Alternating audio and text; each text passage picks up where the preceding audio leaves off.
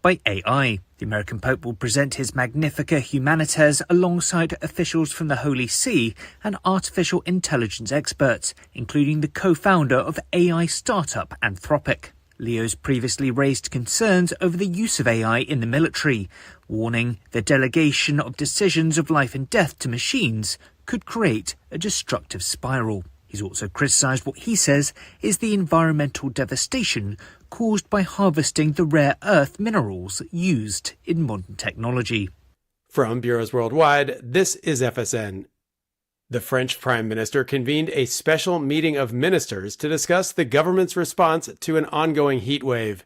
It was a week of unseasonably hot temperatures. FSN's Ross Cullen reports from Paris. The Italian cities of Rome, Bologna, Florence and Turin are on red alert because of the heat wave. Meanwhile, northern Spain has seen temperatures of 43 degrees Celsius. France is also continuing to sweat in the spring heat wave. The government is coming under pressure over the growing number of drownings, as people of all ages have got into difficulty while trying to cool off in rivers and the sea. And the Czech tennis player Jakub Mensik collapsed on course at the French Open following his second-round win in sweltering conditions at Roland Garros. Ross Cullen, Paris. The foreign ministers of the Quad grouping, India, the United States, Japan, and Australia announced a slew of measures to bolster ties in the Indo-Pacific region. It included a new critical minerals initiative and an energy cooperation mechanism as countries face rising fuel prices and supply shocks due to the blockade of the Strait of Hormuz. FSN's Ishan Garg has more from New Delhi. A critical minerals initiative, another one, an energy initiative announced by the US. And on top of that, for the very first time, Quad countries are coming together to launch a new port building initiative that will be done in partnership with the country of Fiji. And the idea behind all of this seems to be that the Quad countries are focusing heavily on ensuring what they have been calling for a very long time, free and open maritime transit through the Indo-Pacific region. Analysts in New Delhi have been seeing for a long time Quad as a counterbalancing power to Beijing's rising influence in the region. And through these initiatives, it seems like the Quad countries are coming together to bolster their own supply chains through the Indo-Pacific. Those were some of the week's top stories. Ira Spitzer reporting. Researchers were able to successfully teach a father how to communicate his emotions with rudimentary hand gestures. The stunning development happened after Stanford researchers spent 9 months trying to train 42-year-old Pittsburgh father Ron Myers to express simple sentiments like pride and love in a way few thought possible. To conduct the study, researchers used large, simplistic diagrams depicting hand gestures a dad might use to show emotion in a way Ron could easily comprehend. We would often leave Band of Brothers or 30 for 30 reruns on to help him stay comfortable. When Ron was able to successfully identify an emotion, he was given rewards to reinforce good behavior, including buffalo wings or a moment to read a page of a Tom Clancy novel. Despite Ron's breakthrough, researchers say he still has a way to go before achieving full emotional maturity, as after several months of work with Ron, he still retreats to the corner of the lab to look up drywalling techniques on the internet whenever his real family drops by to see him. This is the Onion News Network. You can help spread the ideas of liberty with our Patreon for just $5 per month at amps.freetalklive.com.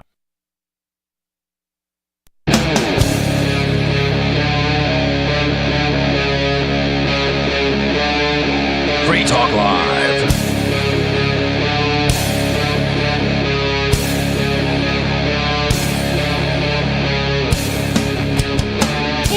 Free Talk Live.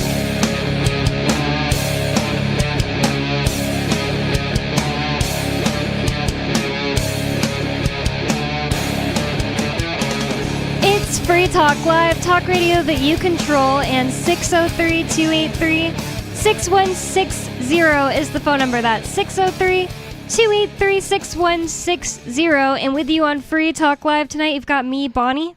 And Mr. Penguin. And Rich. I don't know why I think I sound quiet. Is that not the case in you guys' ears? Hard to say because I control my own volume. I mean, you're always quiet, Bonnie, so... Yeah. Squeaky. I think it's fine. Yeah, it's fine on the board. You Sorry. Just got a quiet voice.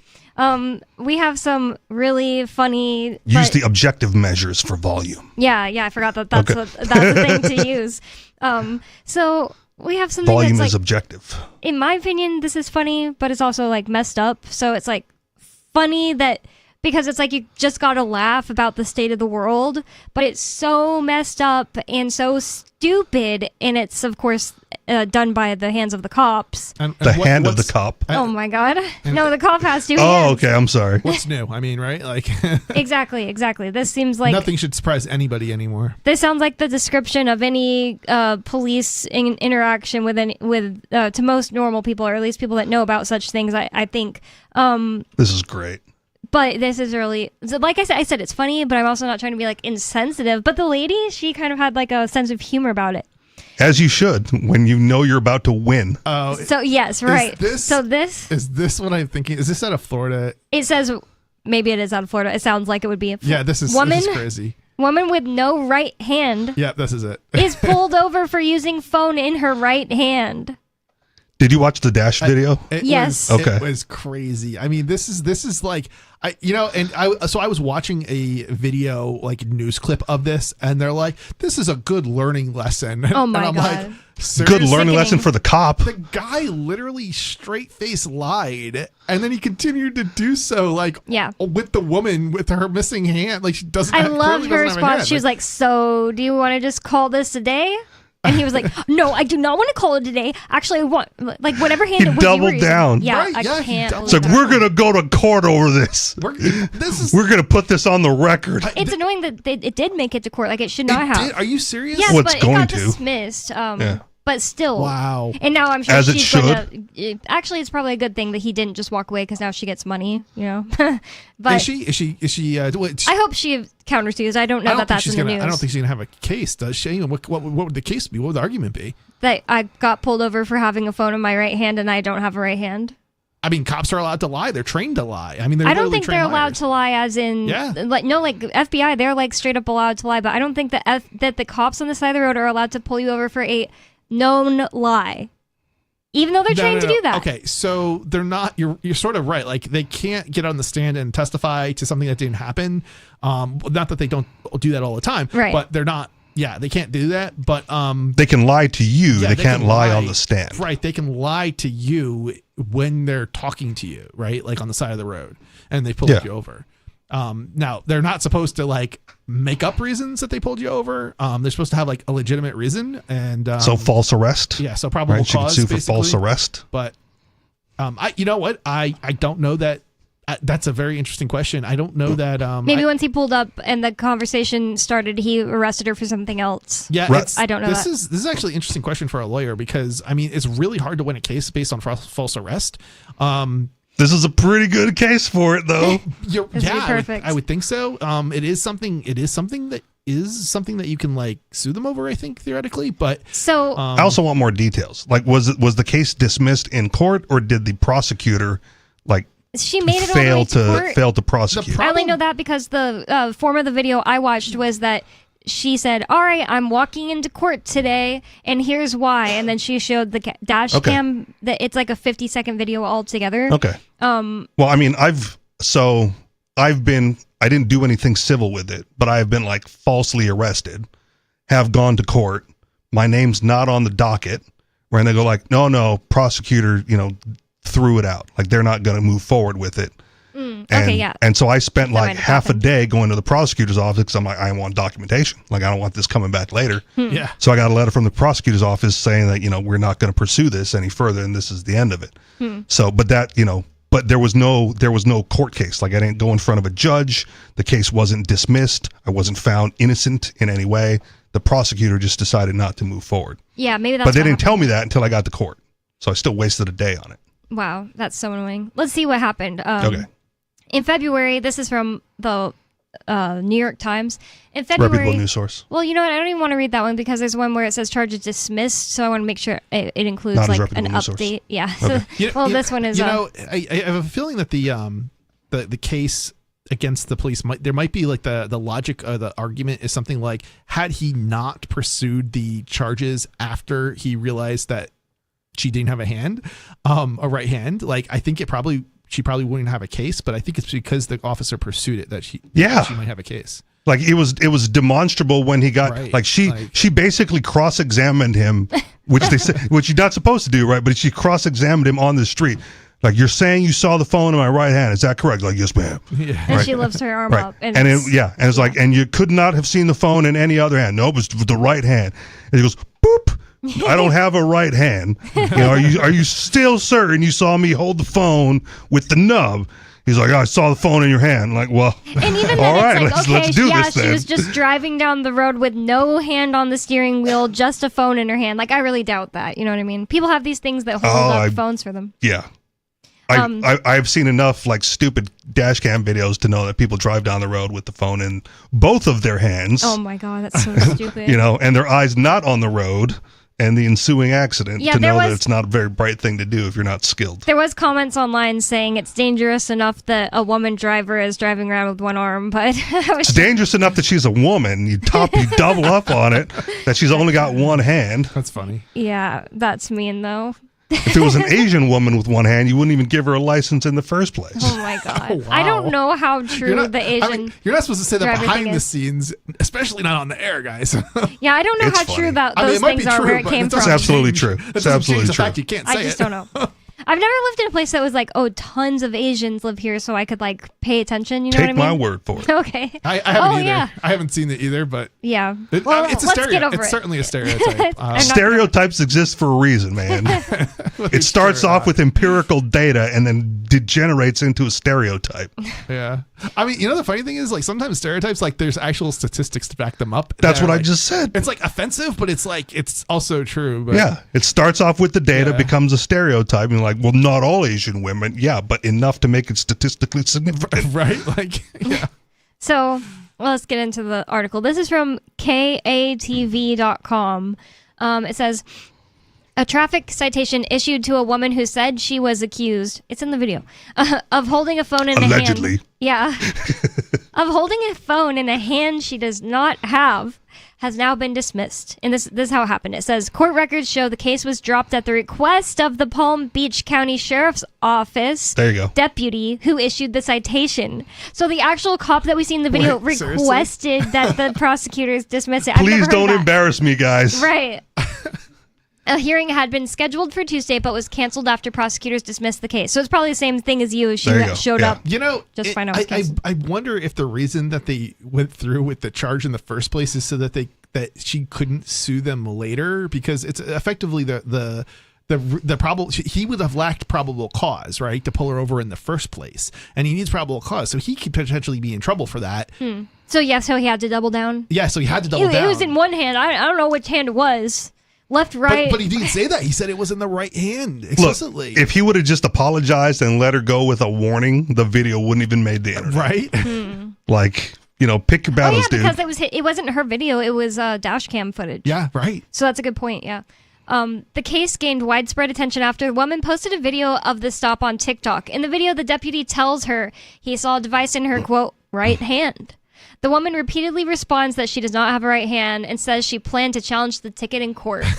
As she should. Well played, ma'am. The citation accused her of violating Florida Statute 316.3053A, listed as wireless comm device handheld while driving, first offense, carrying a $116 civil penalty. The viral stop also reignited debate over how Florida's distracted driving law is enforced and what the law actually prohibits. In my opinion, it's like if they pulled me over, I have my phone is always sitting in this thing that my phone that holds my phone. Phone even holder. Even if I wanted to. Wait, what'd you say? You said a thing that holds my phone, and I just called it a phone holder for you. Oh, okay. Yes, so I have a phone holder on my car. The dash, yeah. Yeah, like connected to the dash next to the AC and everything. Yep. And if they came over and tried to just pull this on me, because he didn't really think he saw anything, he's just pulling people over. If they come over and tried to pull this on me, because I would say he has that probable cause to pull you over, and he doesn't have it, and so he. I would say that it's in it's in the holder. I don't take it out of the holder, but it wouldn't matter to him. He would be able to just be like, no, ma'am, I saw you, and you just put it back in the holder after you got pulled pulled it's over. his word against Exactly. yours. That's exactly what it's happening all day. Yeah. Which is a good reason to have a dash cam. I mean, Yeah. this is the problem when you don't hold police accountable for their lies. Florida you know? certainly doesn't, of all places. And unfortunately, they're basically trained to lie. So, Yep, and they're only hired if they have low enough IQs. oh yeah. What are the odds for his perspective, though, right? He's just going to, like, railroad I this know. chick, you know, like, oh, I got to hit my quota Yeah. for the week or whatever. I got to get me a ticket written. You know, he went back to his car and was like, pull what are over the the chick. freaking They odds? don't have quotas. Yeah, but whatever. They don't have quotas. Oh, yeah, guys. whatever. Yeah. But you know, the funny thing is, they'll say that, and then they'll be like, "Well, if I don't write enough tickets, then I'll get punished for it." It's like, Right. but you don't have a quota. But you don't have a quota. Yeah, whatever. We all know you have a quota. Yeah. Don't call in and lie and tell us use a different word for it. Right. Right. We've got a schedule to keep or whatever. No, it reminds me of that Clinton situation where he was like, "I didn't rape her" or something, and it's like, I did not have sex with that woman. yeah, I didn't have sex with her or something like that. It was Depends like, what the meaning of the word is. I don't think she claimed right? rape. I think it was just no, having sex. you might be right. Yeah. But yeah, it does sound It like was a cigar. We have a caller on the line, and I think it's an unscreened caller, maybe someone who's never called before. What's on your mind, caller? Kind of lie. What about libertarians? Last week, I accused libertarians of being just as biased as the police when it comes to protecting your own gang members. And I brought up the complete deceptive spin libertarians used to protect the poster boy, Ross Ulbricht. And I wanted to call out Penguin for last week when he lied to me. Liar. There was no Daubert, Shame. There was no Daubert ruling that a blockchain tool was inadmissible in the Ian Freeman case. And it looked like Ian dropped the challenge, actually. So maybe because he didn't want to set the precedent that it would actually pass. Okay, and hold number on. two, it does. And Hold on. No, well, let him address number one. Jesus. Yeah, What you got to Penguin clarify? needs to be able to you address. got to clarify exactly what you're saying. I lied about because He just did. There was no Daubert thing that you apparently talked about. Okay, so first Yeah, of all, you're not debating that there's a Daubert, some sort of Daubert ruling, I believe is the name of the title, correct? No, he's saying there isn't. I am disputing there was no Daubert ruling that any blockchain analysis tool was inadmissible in court. The judge actually permitted it. So right. The only hold on. Let me speak because we need to clarify. Let me just finish the complete point. Maybe you'll understand instead of asking a question. Right. So Ian originally challenged the expertise of the witness, Erin Montgomery, and the reliability of the tool she used. He later dropped the challenge to the tool and only challenged the expertise of the witness, which was partially denied, which was denied in part, which is basically a loss. The judge allowed the witness to testify just as a plain witness and still using the blockchain analysis tool she used, which I believe was There was a ruling. Right? So there was a ruling. It was denied in part. Yeah, it was denied in part. So what do you mean there wasn't a ruling? There was That's a what the ruling based is. on that, or it wasn't, or it didn't go forward because of that anyway. That was a ruling on the expertise of the witness, not the tool itself. Ian dropped that part of the challenge. Okay, so yeah, that sounds correct. Maybe Chris is kind of like what difference it makes here. It's still the case that one is the truth, the other is a lie. If I could finish just the three quick points, you'd understand. That ruling exists, whether or not, or how it was applied or not applied, or what any of ruling? It was witness specific. That witness wasn't the witness. I think that Skeeter's right on this one, but I think it was probably an accident. Reactor. So I don't know what the relevance to the Ross case is. This is nothing. There's nothing that I said. I don't believe That's that was what I'm wrong saying. about Penguin this. brought it up.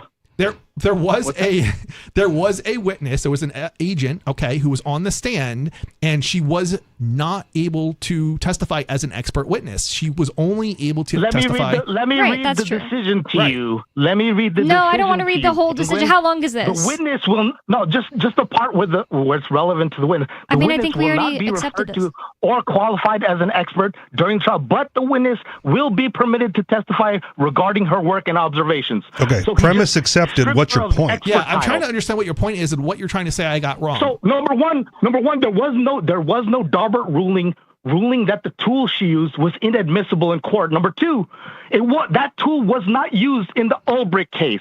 It was direct tracing from the wallets of the Bitcoin servers on the Silk Road to Ross Ulbricht's wallet found on his laptop. Okay. Number 3, the chain analysis tool was later passed the Daubert standard in flying colors, quote unquote, readily and easily. No, it didn't. Okay, no, you're wrong. I don't know about number 3. I just don't know, but in the Sterlinghoff case 2 years later, after the decision in Ian's case, okay, the Sterlinghoff levied the same accusations against chain analysis reactor in the same way. It was a black box. It was proprietary. And guess what? He actually followed through with the challenge. Right? Because I'm not familiar with the case. Let me back up a second and let me get something out here, man. I'm not familiar with the specific case that you're referencing, but there's no reason that the Daubert ruling does not apply to this very specific situation. That tool should not be admissible, regardless of whether or not they ruled it was or was not in a specific case and challenged. It should not have been because it lacks a scientific.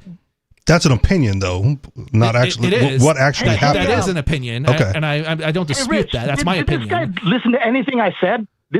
Yeah, I think he's trying to respond. I don't know anything about this, so I'm just trying to understand. I'm trying to respond, and I'm saying that's a bad ruling. Yeah, I don't think anything happened. That's a bad ruling. Now, when you said it was appealed, in which circuit was it appealed? Okay, and it didn't hit the Supreme Court, correct?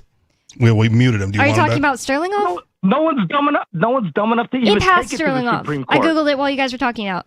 So it passed the Daubert. Skeeter is right on his number 3. It did pass the Daubert. I understand that at a lower court. For Sterlinghoff. Presumably at a lower court, correct? Let me see. In the federal courts. No, yes. Oh my God, you don't understand how the court system works, dude. So there are federal courts, but there's different circuits, okay? And so you're going to go to a district judge, okay? The district judge is going to rule, okay? This is a different trial, dummy. I understand that, but it's still at the federal level with a district court, okay?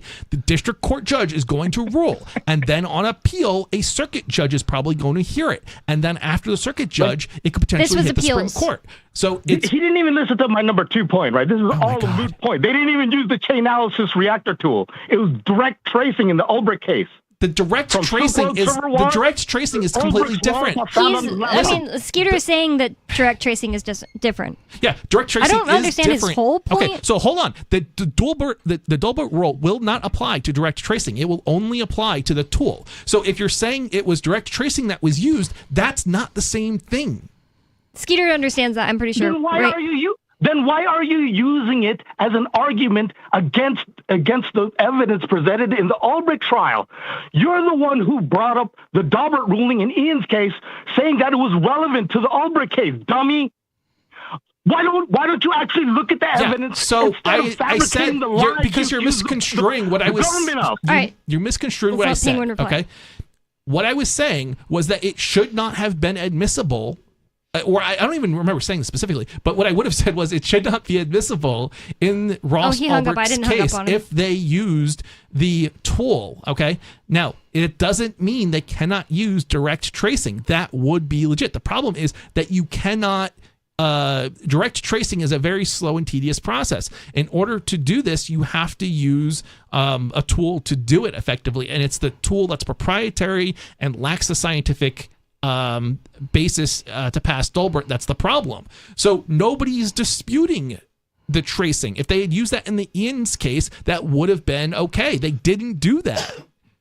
Are you correcting? I didn't listen to last week's show, so I apologize. Are you correcting what you said last week, or I don't know that I am clarifying? I'm not. I don't think I'm correcting. I'm seriously doubtful I'm correcting anything. I'm pretty sure it's easy to mix up I'm trying things to clarify about something that people don't understand. Yeah. Because this is extremely technical legal.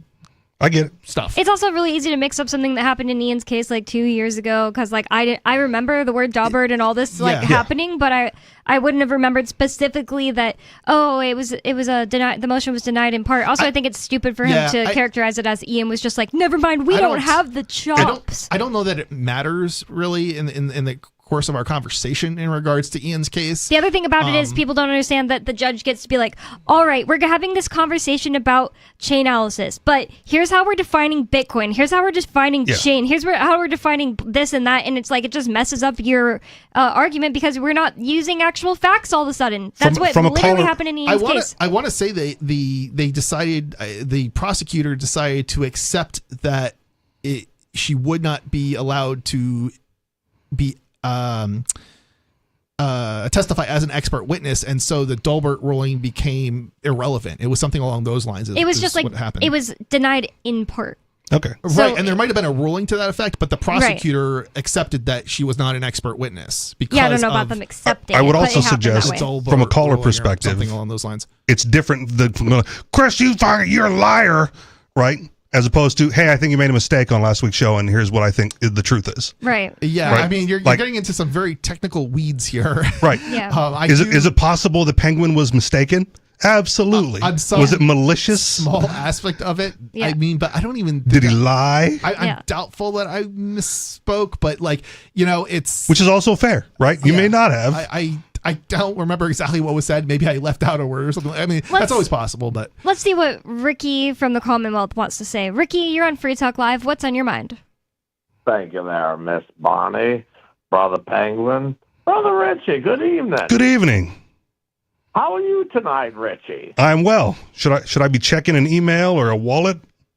Yeah, you should be checking your wallet. You haven't checked yet? I don't check unless there's a reason for me to check, but I will. Well, you go on about your business, and I will log in away from the camera to my wallet to see if there's anything in there. But I know I did respond to his email, and I sent him my receiving address, and then I don't remember receiving an email saying to check. So all right, I will do so during the break. We'll hold you on if you're wanting to hold on, Ricky. More Free Talk Live coming up, 603-283-6160. Call in with whatever is on your mind. More about what happened with this woman that got pulled over without having a hand in a minute. More Free Talk Live coming up. Don't go anywhere. It's Free Talk Live.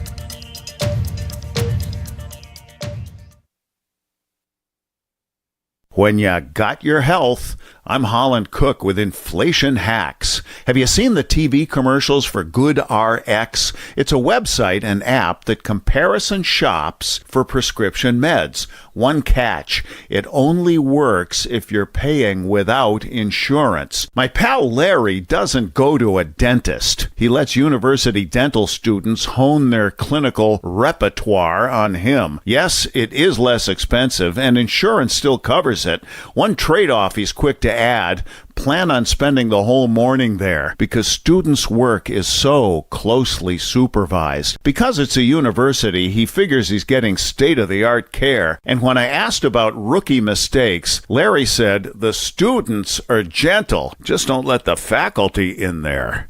How are you coping? Post your inflation hacks at andyoucanquoteme.com. From Feature Story News in San Francisco, I'm Ira Spitzer with a look back at some of the week's top stories. U.S. President Donald Trump said he's set to make a final determination with Iran over a deal that may end the conflict in the Middle East and set off new rounds of nuclear talks. FSN's Mitch McCann has the latest. President Trump took to Truth Social on Friday where he discussed a number of requirements for any deal with Iran, after days of media reports suggesting that an agreement was imminent. Mr. Trump wrote that Iran must agree it will never have a nuclear weapon, the Strait of Hormuz must reopen immediately, and that all mines must be removed from the water. He went on to say that the US would unearth enriched nuclear material and then destroy it, and that no money would be exchanged. And he added that a number of less important items had been agreed upon. The president signed off by saying he was meeting in the Situation Room to make a final determination. Mitch McCann, New York. Doctors in the Democratic Republic of Congo said they are battling a shortage of basic supplies. Healthcare facilities have been attacked and patients have fled, further spreading the Ebola virus. More than 220 people are thought to have died so far. FSN's Chris Ochamringa reports from the Congolese capital, Kinshasa. Officials there are overwhelmed by the number of patients who have been taken to treatment centers. and they have been calling on the international community to come to the help of the DRC, because this is a country facing multiple challenges. There's an armed conflict in eastern Congo. The M23 rebels have captured swathes of territory, so the government has been prioritizing ending that war.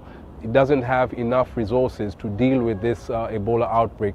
So they have been appealing to the World Health Organization, the Africa Centers for Disease Control, and other donors to come in and help. And a number of them have already responded very positively and have committed to send in money to help stop that disease from claiming more lives. Pope Leo unveiled a manifesto laying out the Catholic Church's position on artificial intelligence. FSN's Europe correspondent William Denzilo reports. It's been 11 years since Pope Francis unveiled the Catholic Church's climate manifesto. Today, his successor, Pope Leo, is laying out the Vatican's view on the ethical and social challenges created by AI. The American Pope will present his Magnificat Humanitas alongside officials from the Holy See and artificial intelligence experts, including the co-founder of AI startup Anthropic. Leo's previously raised concerns over the use of AI in the military, warning the delegation of decisions of life and death to machines could create a destructive spiral. He's also criticised what he says is the environmental devastation caused by harvesting the rare earth minerals used in modern technology. From Bureaus Worldwide, this is FSN. Yep, we still do email. Drop your email address in the entry box at freetalklive.com, and you'll be kept in the loop with Free Talk Live.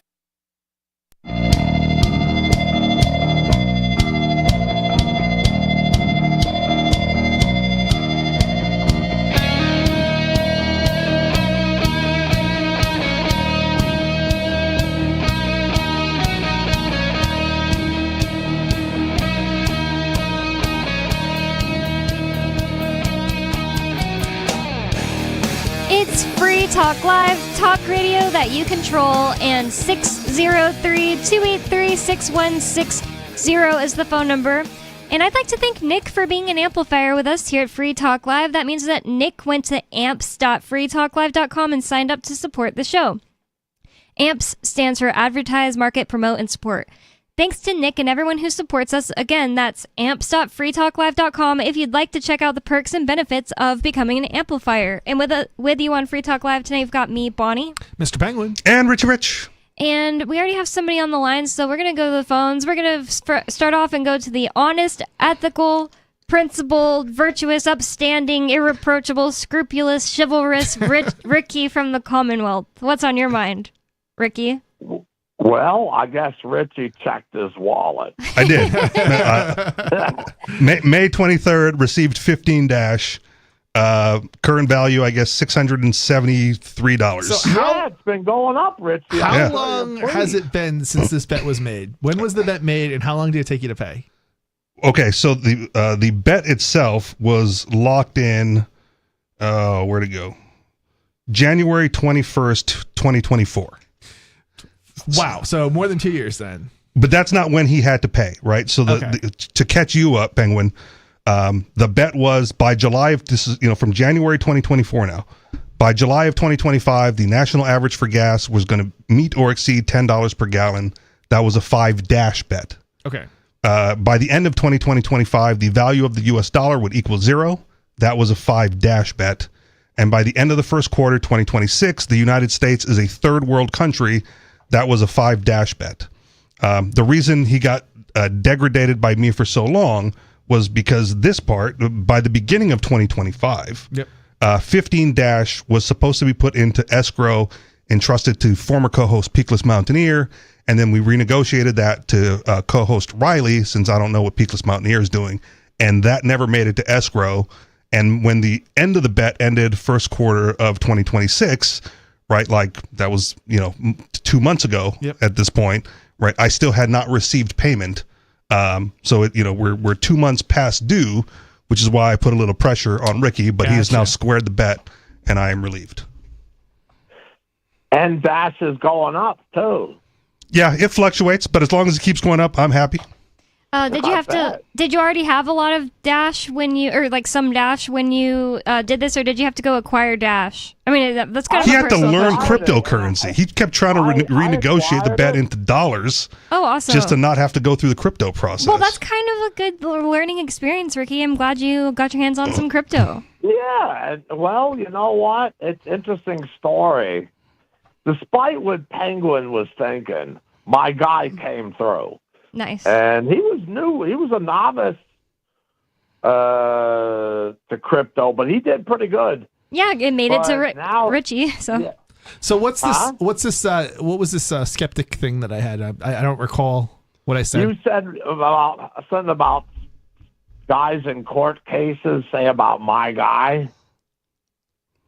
He had to have someone help him through this process, and you were skeptical of the assistance he was garnering. Okay. Oh. Yeah. But the funny thing about it is now he's like gung-ho on crypto.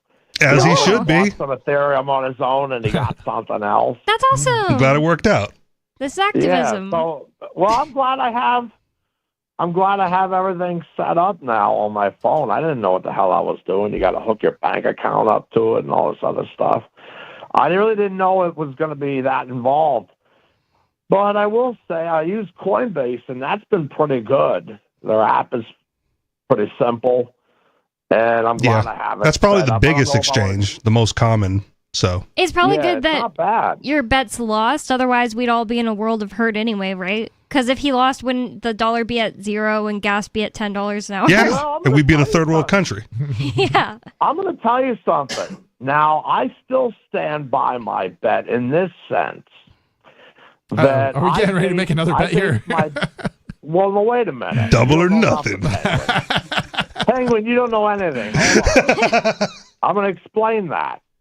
Now, my bet was based on heavily the BRICS gold-backed currency. Well, that's been a slow going. But I do still think once that hits, we're going to be in a world of hurt. Yeah, which is fine, which is also why, as we went through like squaring the bets and the terms of the bet, we had to put deadlines on when certain things were going to happen. Otherwise, it might it's just eventually happen. And that was my mistake. I screwed up on that. But, you know, I thought it was going to hit faster. It sounded that way. But I do still think that it's going to have that major impact on us. And when it does go through, think about it. I think you may not. I think you may be. How do I say this? As much as I can see why somebody might want to see that happen, I my gut's telling me it's not. I don't know if I want to. Don't get it. No, wait a minute, Penguin. I don't want to see it happen. I think it's going to be a problem and happen. Well, That's I mean, a big difference. it probably should happen, right? Like the fact that we have a currency that's not backed, and the U.S. government's able to use it to drop bombs on people. You'd have to have a lot of ducks in a row already to want the dollar to go to $0. And it's kind. I kind of wish Peakless Mountaineer was still here, or if he's listening, to call in, because he was really the financial guy on the show. Like he got way overworked over a lot of things. And be like, well, I don't know what you're over. He's like, you have no idea what's going on in the back rooms, bro.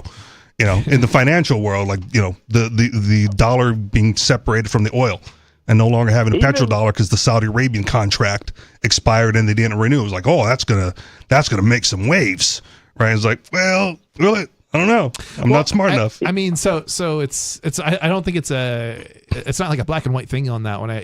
So I don't know what the numbers are specifically. He may be more familiar with it than I am, but I think the situation is that it's. I don't know if you can say it's not a petrodollar now because it's crumbling, right? Remember, he hasn't been on in like a year and a half at least. Sure, it's crumbling, right? But it's not like everybody stopped using the dollar. It's just like Saudi Arabia. But when they do, all of those foreign dollars flow back into the United States, which is like a double layer of inflation. Yeah, right. Yeah. But I mean, we are seeing inflation. I mean, I get it. Yeah, but like how much U.S. currency is currently held by foreign actors, and what happens when they don't need that currency anymore? Right. Right. No, you're right. The thing. That's what I'm gonna looking have. At, Richie. Well, and see, that's the thing. Exactly it. That could have an impact, right? But it's going to have an impact. That could have an impact. Yeah. But the question is, how much of an impact? Because it all depends on the numbers. I think that's what I. Yeah.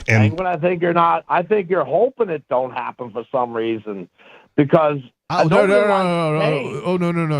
no. I actually want to see the U.S. dollar collapse. Your wish will be granted because it's going to be a major impact. Richie's right because that's what I was looking at. And that's what Ricky was betting on, and that's what Peak was thinking at the time. Coming all the time. See, I wouldn't make a bet, that the U.S. dollar is going to collapse because I think that I did and I won't. Yeah, it's like wanting something to occur, and it's not like I want to lose all my money or anything like that. The point is that it's fiat, right? And I think we need to be moving away from government currencies. That's what fiat is basically.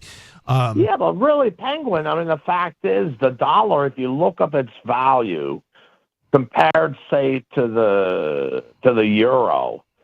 It's really pathetic. I mean, it's nickels and dimes, really. It's really bad. So how much is it going to take to push us over the edge? Now, the BRICS gold-backed currency, there's already a lot of countries in the alliance. Once they get that currency going, they'll look to get more for the money. I want to say that alliance is not been anywhere near as successful as we might have wanted it to be. Right. I feel like we don't hear about it anymore. I was saying, right, I'm not really on your side or Ricky's side. I'm not saying I know, but I'm surprised we haven't heard more. Well, it's a slow burn, man. You gotta encourage other companies to drop the dollar. And when they do, they get invaded or bombed. I mean, if my memory serves me correctly, I don't think that that set of how do I say this economies are. They're kind of on they're not that big basically, and Brazil, Russia, India, China. Hold on. Let me finish. Africa? Yes, but let me finish my sentence. Relative to the world economy, right? So, and it's not that those countries no doubt Russia has money. It's got a lot of land mass. I'm trying to think. So does China. But yeah, it does. Well, Russia's really huge, like unbelievably huge. It's like land mass, but China's like a bigger economy, right? Yeah, has more people. India's got a lot of consumers. More people. Oh yeah, India's part of that. The Russia has fewer people than the United States actually, and I think it's like 60 million or something. That's it. It's really small compared to the United States, I believe.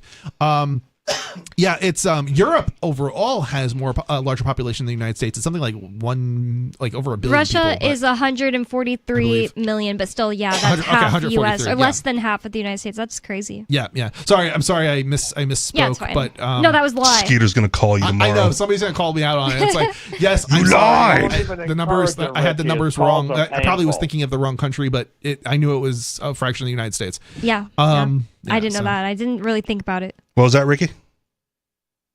Don't even encourage Skeeter to call in. I've come to the conclusion that he either suffers from brain damage or as the result of use of really poor quality drugs. Right. He is not virtuous, not upstanding, not There's honest. There's something very wrong with Skeeter. I hear his calls. They're painful. They're boring, but they're always neurotic, and he's got some kind of problem. Well, if he calls in at the same time as you, I'll put you guys on together and you can have it out. How about that? I'm all for it. I'll take it out on Skeeter. Nice. Yep. Well, congratulations on the debt finally being paid. Now I can turn off Richie Rich's debt badge. Oh my goodness! I got a That's Thomas hilarious. Massey United States National Debt badge, and it's sitting here in front of me in the studio. I could hold it up to the camera, but I'd have to get it at the right time. So whatever, you know what it looks like. That thing ticks so fast that it's probably like 1 second of mine and Ricky's bet. Yeah, it's a tick or less. Way less. And it's showing 38,911 billion. Yeah. Good job. And then it's showing that much money constantly going up. And it's like that. Those amount of numbers, they don't even let you type that into like a calculator.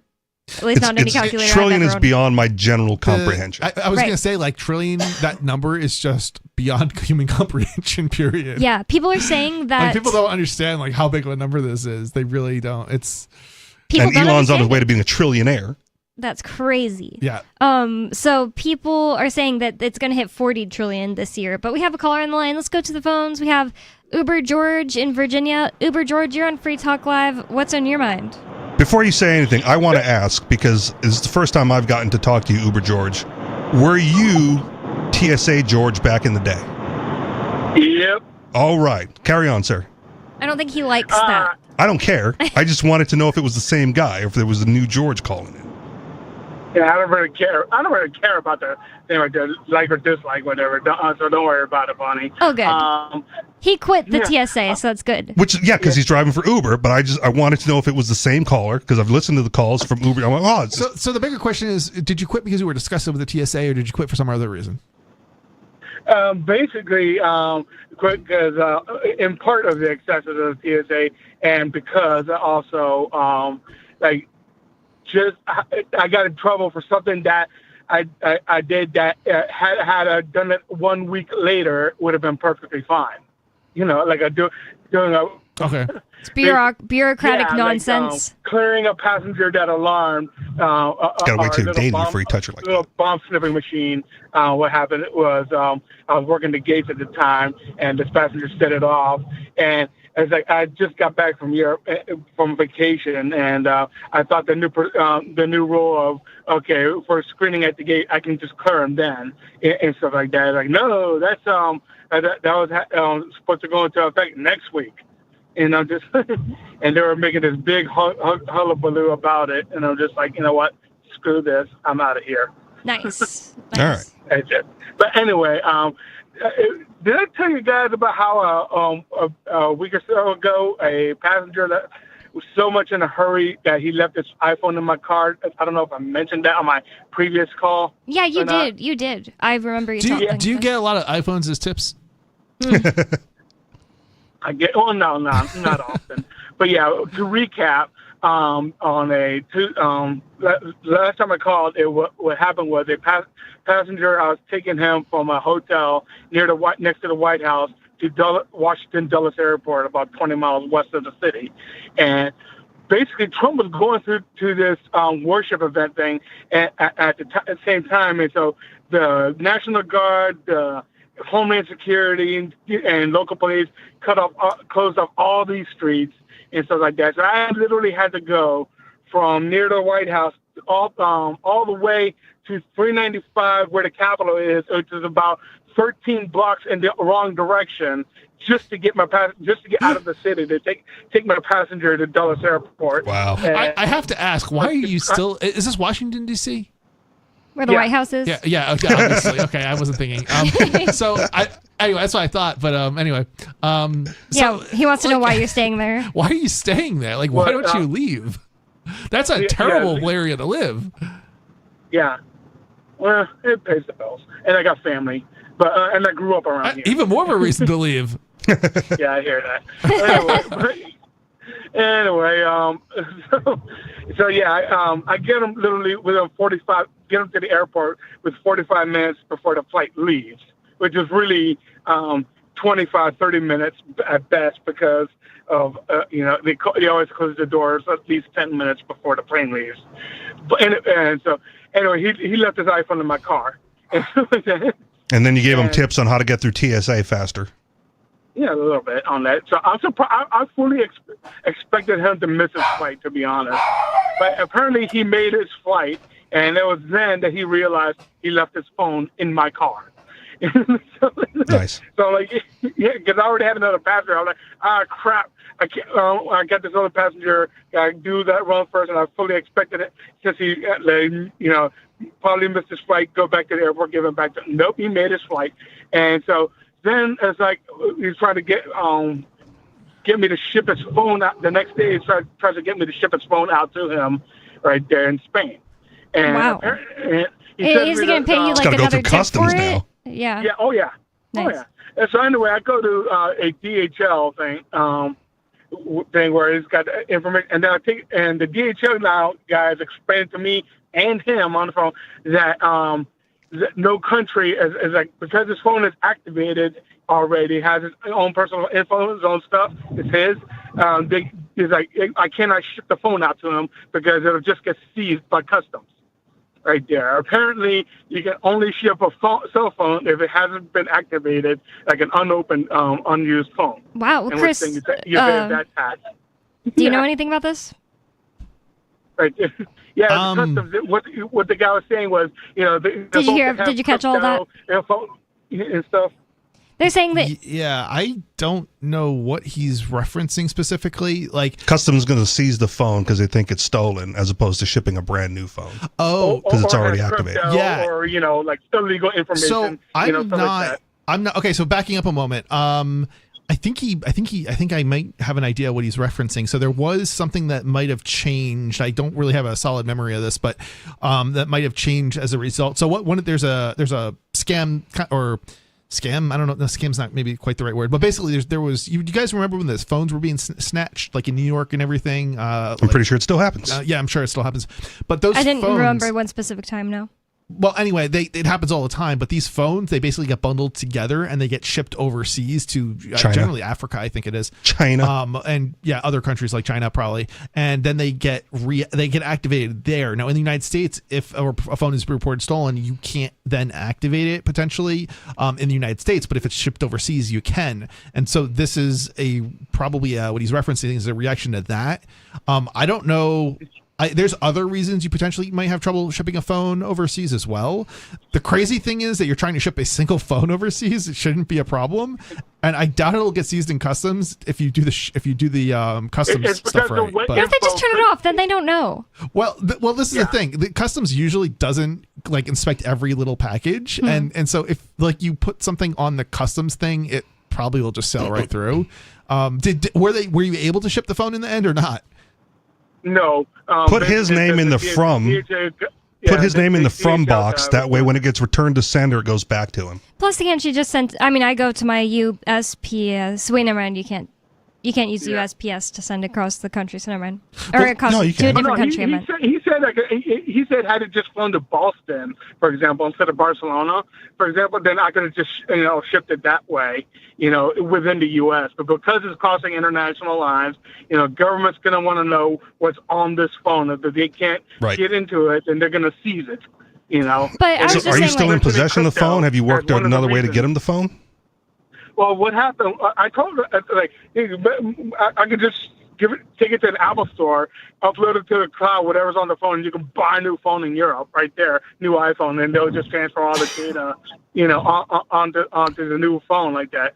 But no, what ended up happening was he just he lives in Guatemala, so he just decided to change his flight schedule to land back at dusk, and he spent a night at this Hyatt hotel, and I gave him a phone there, and he gave that seems more expensive than a new phone. Nice. Yeah. I'm glad that he gave you a tip. You said $100 tip. Yeah, he gave me $100 and a bucket of wings. Nice. Score. Nice. That's the way to do it. Like that. So I'm just like, because I feel bad because I left my phone in a taxi one time in Chicago changing planes. Like I was just like 11 days in China, and I just got back. Like I'm craving Taco Bell. I need Taco Bell now, and there was no Taco Bell at the airport. So I took this cab to the nearest Taco Bell, and right as I closed the door and started to drive off, that's when I realized, oh crap! I left my phone in the car. And I called it, and and he came back. So I was like, I know that feeling, Yeah, I would be so scared. It would be like such a big problem if I lost my phone in an Uber. So that's nice that got resolved. Before we got together, me and my ex, were taking separate flights out of an event, and we hung out the night before, and I had her rental car keys in my pocket, and I went to the airport separate, and only when I went through the screening machines did I realize, I've got her rental car keys in my pocket.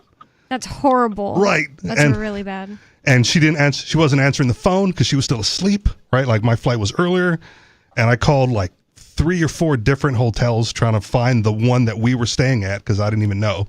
I was like, I know it's a Hilton or whatever. I called 4. I'm like, wake her up.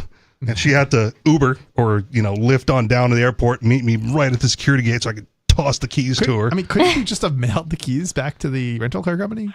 How was she going to get the car back? She didn't have the car keys. Oh, but she had to drop the car keys. She had to drop the car off. Yeah, that makes sense. Okay. That's crazy that worked out as all. I was thinking you left the car in a parking lot at a rental place, and then you kept the keys. The keys were at the hotel with her because I just took the shuttle to the airport. Yeah, it makes sense now. Yeah. Yeah, well, but it is made interesting news. You can't send your own property to another country because they'll assume it's. What if you send stolen? Yep. a note to the? This is crazy, right? Like, this is Too much government bureaucracy. for you, right? It's like, Yeah. It's our government. I mean, the government started the whole situation in the first place by blocking off all those streets. You know, if it hadn't done that, there wouldn't have been such a frantic run in the first place, and he probably wouldn't have forgot his phone in my car. And DHL sounded like they would have been cool. Like, hey, we can do this, but just know it's going to get intercepted on the other side. Yeah, that's exactly what DHL was saying, right? That it's just going to get intercepted. Take a chance. Well, track it. Put the Uber tracking on there and follow it everywhere through customs. Yeah, put an air tag on it. Thanks for the call, Uber George. It's an interesting story. And Uber George will be coming to Fork Fest. I haven't read the Fork Fest ad yet, but I'm going, and Penguin, you're going, right? Yeah. Read it. Richie Rich, are you going? No. Too far up there? Well, if I had like actual vacation from my regular job, right, it would make sense to go up for a few days, but I don't. So I'd be up there for like 1 or 2 days, and it's a long drive for just hanging out with the same people I already hang out with. Well, if you don't live in New Hampshire, it's even better. That's why I was trying to get a lot of people at the LNC's attention on it. I had flyers and stuff. Because it's just like, if you live outside of New Hampshire, this will be like a mind-blowing experience for you. Oh, yeah. More Free Talk Live coming up. Don't go anywhere. Thanks for the calls, Uber George. More Free Talk Live coming up. Don't go anywhere. 603-283-6160 is the phone number. That's 603-283-6160.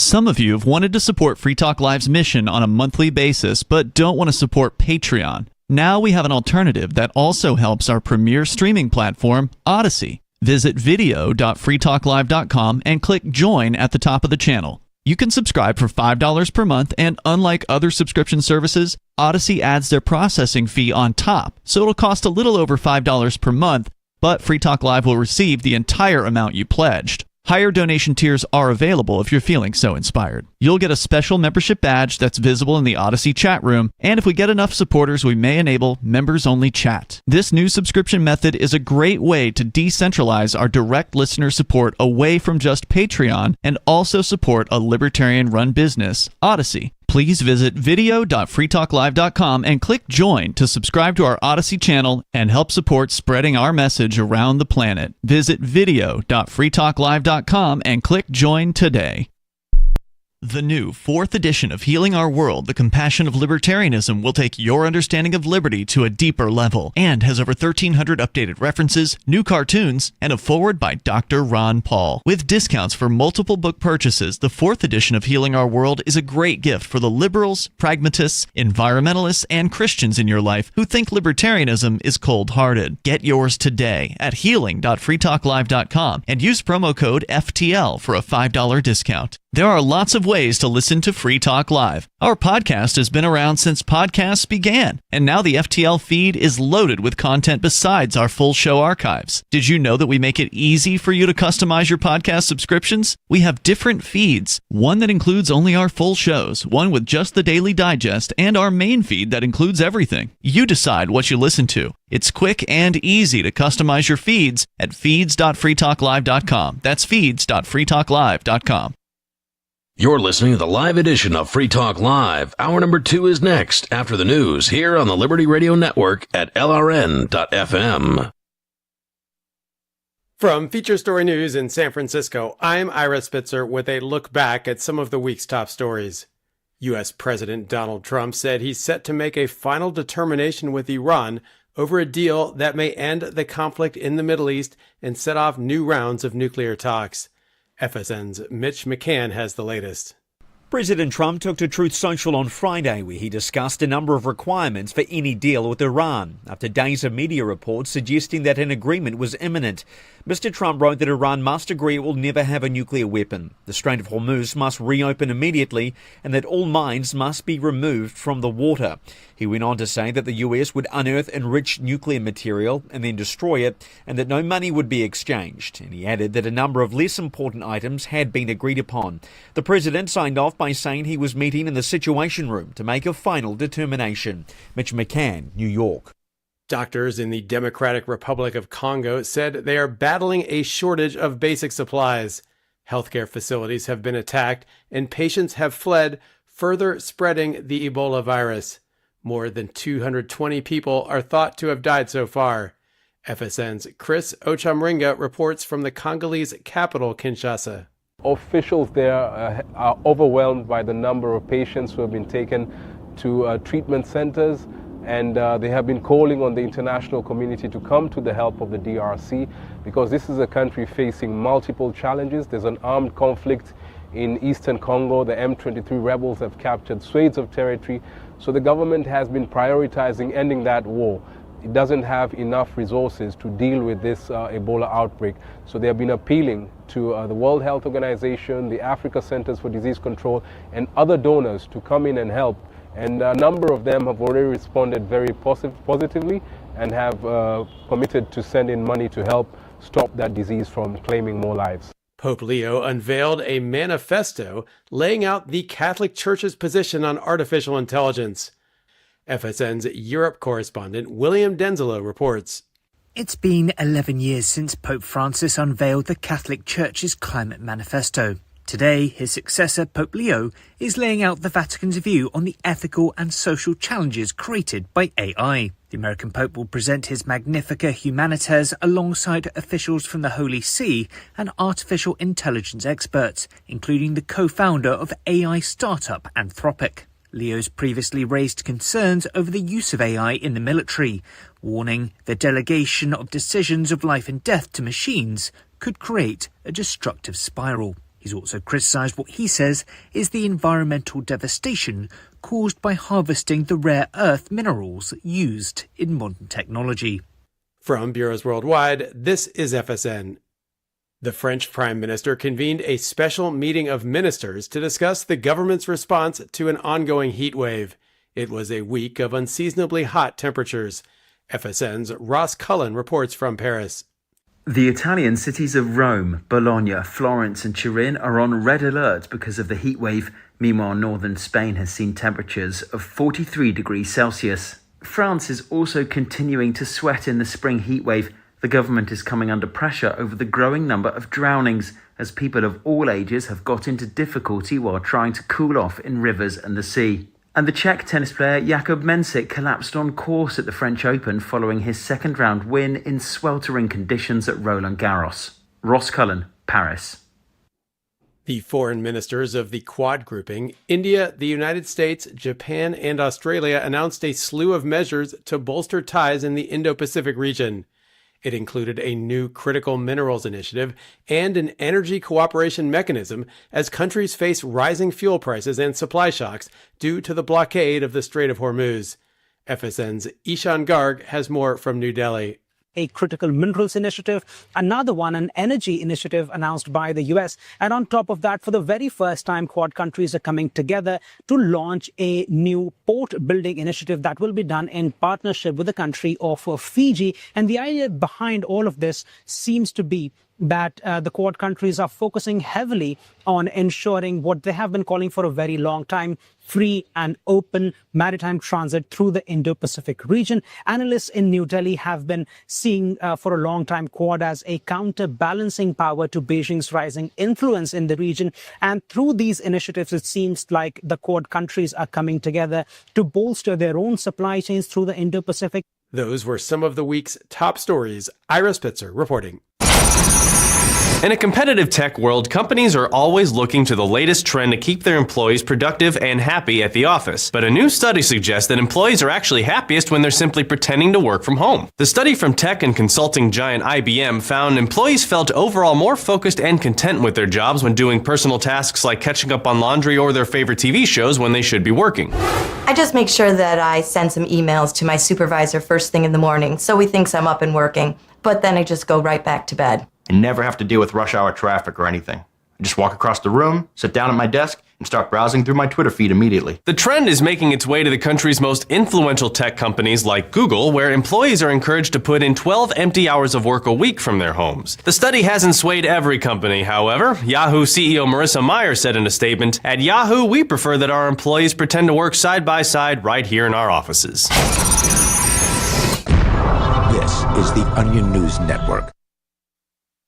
Got Telegram? You can follow our channel there and discuss show prep with other listeners at telegram.freetalklive.com.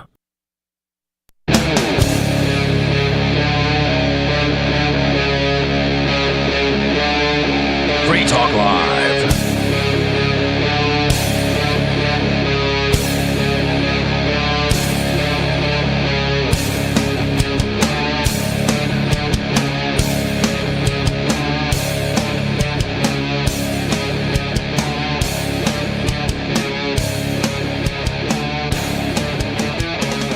It's Free Talk Live, talk radio that you control, and that means that you can call 603-283-6160. That's 603-283-6160 to bring up whatever is on your mind, and that obviously is how this thing works because we've been having calls all night and it's been pretty good. But Fork Fest is happening this June 22nd to the 29th in Errol, New Hampshire in the Northern Waters Outfitters Campground. The owner has offered to host 100 campers at $10 per person per night on the site, and anyone staying in nearby motels, campgrounds, or Airbnbs who'd like to come be a part of the fest for a day is welcome to come for free. The only restriction on freedoms the owner is asking us to abide by is no nudism, which I think we can deal with. Forkfest.wtf, that's FORK Fest.wtf, and forkfest2026@gmail.com to sign up as one of the 100 campers. And, oh yeah, I unmuted you guys, sorry. It's good to know that some libertarians are okay with a dress code. Yeah. I mean, I'm not cool with the dress code, but I It's can deal not with a it. dress code. It requires you to be dressed. That's Yeah. a dress code. Okay, yeah, you're right. I guess a dress code is like even just one requirement on dress, so Yes. it's true. Do you know about One libertarian in a mankini. I already know it. Did you hear about the dress code Debacle. request or proposal for the Libertarian National Convention, Penguin? No, what's up with that? So this guy he's been on Free Talk Live before to talk about his run for LPNH chair. His name is Ben Weir, and this year he's running as sheriff. I can't remember what county or whatever in New Hampshire. He's a free stater, but he's also a local, so he's like a good local. He's an actual libertarian, and he put a proposal for there to be a dress code at the LNC, meaning like it specified business casual. Is this in response to the guy who stripped down Yes. a couple years ago? So and other such things on stage, like he stripped naked, completely naked, or something like that. Or Yeah. down to his boxers or something like that. Don't let that guy at Fork Fest. Me, Lori, and Riley on the show last night, we discussed it when we basically all three agreed we all prefer to dress like business casual or thing like that. Actually want to look nicer at like Liberty Forum or something like that. But if they had put in the dress code, I definitely would have broke it. Not naked. Yeah, That's all I'm saying. I'm following you. I follow you. Yeah. The whole idea of clothing is just kind of stupid, but I mean, I'm not going around naked, but it doesn't change the fact that it's just such a stupid thing. It's like, who cares? Like, Okay, so I'll take Ben's side on this, because when you say who cares, it's very obvious who cares, right? And it goes back to human psychology, right? You have to appear better. You have to have the optics of appearing better than your lessers, right? Teachers dress better than students. Bosses dress better than employees, right? Doctors dress better than patients, right? And it's for the optics of authority. And when you have a bunch of libertarians dressed like cosplay fairies, right? You'll never be seen as the authority. The rest of the United States. If that's your goal. That's the goal of the party. Yeah. That you have to be seen as an authority to get people to vote for you. not if you're right? looking for libertarian votes. You're not looking for. There's not enough libertarians to get libertarian votes. That's the problem with libertarianism. Look, I get it, and I get that. That's why I'm in New Hampshire. But I mean, yeah, like. Well, that's the point. Yeah. So you have a national party appealing to like non-libertarians, which seems you have to look authoritative. Kind of stupid to me, but yeah, I mean, I get it. I just. Yeah. You don't grow the party by appealing to the base. I wouldn't be personally if I had when I'm not a delegate. In fact, I don't That's even think fine. the now that I think of it, I think that the dress code couldn't have applied to me anyway. I think that it had to do with like only the delegates. to the party. So say I was a delegate, I would have still come in my Madonna for President t-shirt and been breaking the thing because it'd be like, you don't tell me what to do. I'm not making the case that you need a national libertarian party. I'm saying if there's going to be a national libertarian party, and it already exists, and their goal is to like increase the base and increase donations and increase the ability to run more candidates, you have to look authoritative. And if you don't look authoritative, you're never going to garner votes All from I lessers. hear is a governmental body telling people what to wear. Okay. But and I don't like it.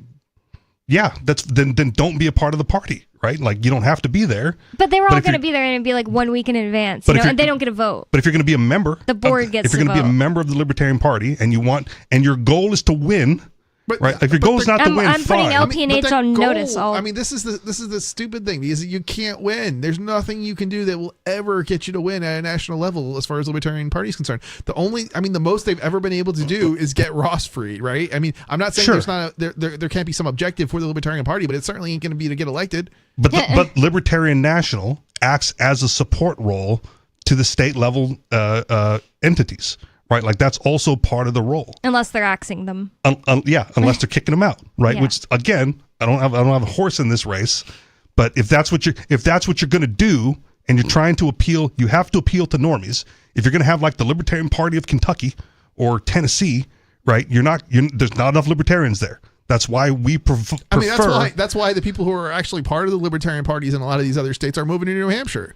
Right, which is why we prefer the concentration route. Right. But there's obviously a lot of libertarians who don't believe that that's the way to libertarianism across the globe. Anybody who's taken part of like libertarianism outside of New Hampshire is literally like in a very short order is going to realize that this is the most ineffective, futile thing ever, and which is what Jeremy's point was. Yeah. When he gave his little speech. Yep. But they exist, they're going to do their thing anyway. Right, the Libertarian Party of New Hampshire has not made a great case for moving them here, and Jeremy Kauffman even said so himself. Like, we only want like 10-15% of you, right?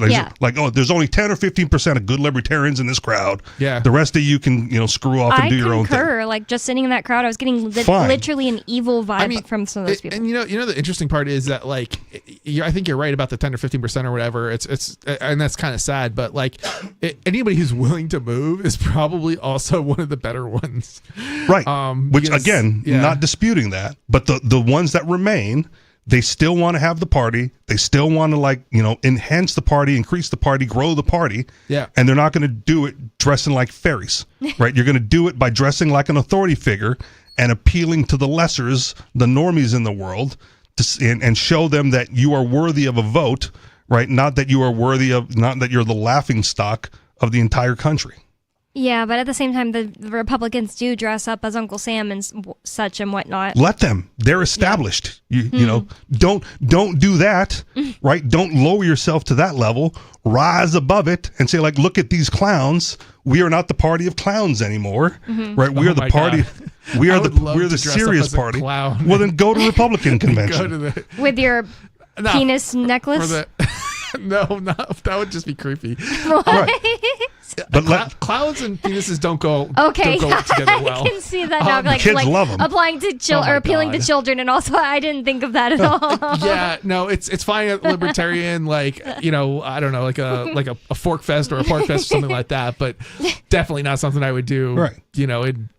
That context, that's for sure. If you want to be a small L libertarian and do that, fine, right? That's not the Libertarian Party. No, I think the clown thing is just funny, just like the stripping down thing at the national convention. I thought was hilarious. Yeah, from an outsider looking in, but not for people serious about what they want the party to do and what they want the party to be. Yeah. If they want to do that, point that out. That the Republicans and the Democrats are the ones dressing as clowns. The clown We're thing the serious party who can change the world. The clown thing is funny because it's sort of like mocking the whole point of like the whole event. One guy came as a hillbilly, like he had. It looked like he was like naked underneath. That's really funny too. Some overalls. Maybe he had like underwear on. Yeah, if you want to mock it, and fine. moonshine. Right, but like your membership gets canceled, you get the boot. That's not the representation of the party. That's the small L representation of libertarian principles, but that's not where you want the party to be.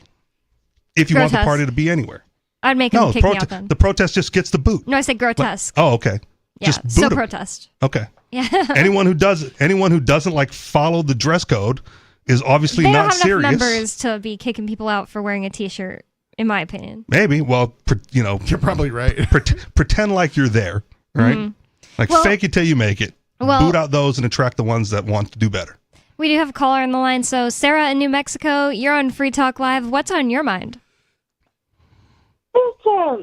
I saw on TV news that I guess they were doing like a pedestrian walk study around the Union campus. Okay. So What does that mean? University Walk of New a study? Mexico? Walk and study? yeah, so there's intersections around the campus, and they're trying to decide, whether where they feel the most stress In when they're class. crossing. Oh. Are you sure they just weren't trying to it's get a hit by pedestrian cars? Safety. Why couldn't they just ask them where they feel the most stressed? Were they like hooked up to like EKG monitors or something? Take your pulse at the end of the crosswalk. No. Your heart rate I before and think, after stepping into the street. people crossing to see, whether they feel stress. And, I'm glad they're kind of doing this because they're really safe on the campus.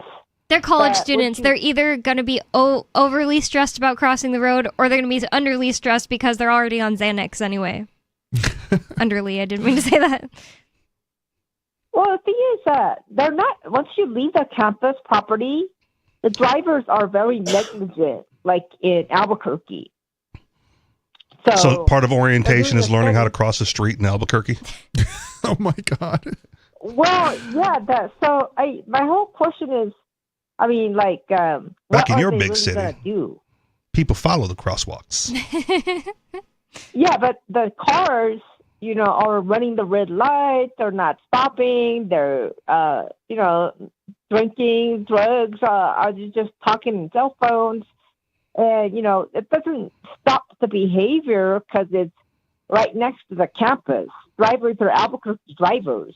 Pedestrians should just So, carry road spikes and just throw it out into the road before they cross and then drag it off the other side when they get to the other side. Have you ever seen Balloons Tower Defense or played it? I have not played it, Oh, yeah. but that's I've what same tower defense games. Yeah, that's what I instantly thought of, the little road spikes. for Yeah, the there you balloons. go. Yeah. Just throw that out, and cross on one side of it. So cars, if they they'll just blow out all four. That'd be funny to have your own personal spikes. That's what I'm saying. Yeah. I don't think you need the big old 3 foot wide police ones, but if you got a little 2 foot narrow one. The college issues you your own spikes when Yeah. you enroll. Well, thanks for the call, You Sarah. get volunteer crossing guards to throw it out and then retrieve it on the other side. And Oh my God, that would be so hilarious to put in a proposal for a college to have crossing guards, like little kids, like at elementary school or something. Well, sounds like it's needed if they're doing a study on stress levels of crossing the street at the University of New Mexico. why don't they just build one of those sky things where people walk over the roads? It's expensive. Who's going to pay for it? Who's going to pay for it? Bonnie? Do those still have those safe spaces in colleges? Or is I that a would bet thing they that's do. gone away? I would bet they do have safe spaces where they can go be I still don't understand anxious. this. Too much anxiety. So, this is from the Wall Street Journal. An ICE agent is charged in a shooting during Minneapolis immigration crackdown. And I was just like, oh, is it one of these famous ones? Like, Alex Preddy or Renee Good? But no, it's a more recent one that I hadn't heard of the actual shooting itself. So, let's get into it. Prosecutors say the officer lied about being attacked prior to firing through a door and hitting immigrant in the leg.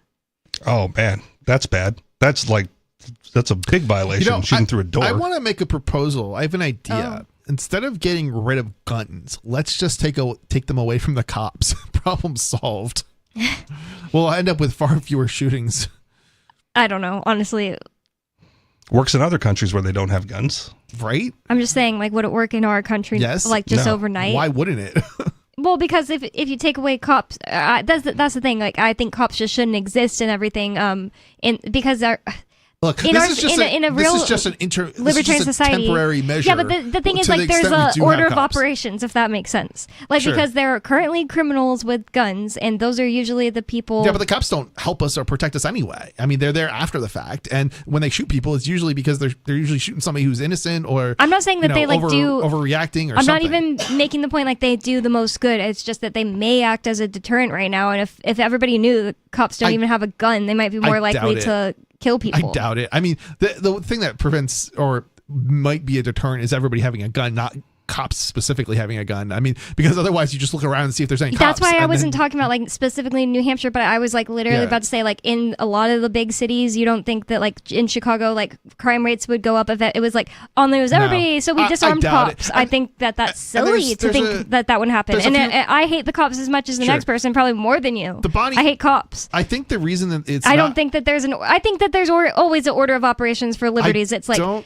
you don't just immediately jump in and make there's lots of examples that aren't coming to mind. You have a good point here, Bonnie, but I don't necessarily think that in this particular case it would make any difference, because ultimately, end of the day, most people who are committing crimes aren't thinking about the crimes they're committing or whether there's even a cop around or a camera or anything. They're just doing it because they're on drugs. Yeah, so the ones that aren't doing it right now. Yeah.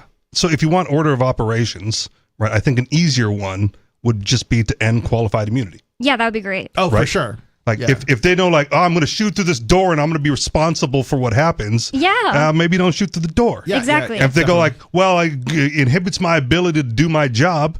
No, it doesn't. Right? There are other ways to apprehend the criminal than shooting through the door. Yep. Somebody that is in no danger to you. Right? Like even high speed chases shouldn't be a thing. Yeah. Right? You can, especially in big cities like LA and New York, just put up the helicopter. Yeah. Follow them or get the tag. Road spikes. Road spikes, literally. That could work.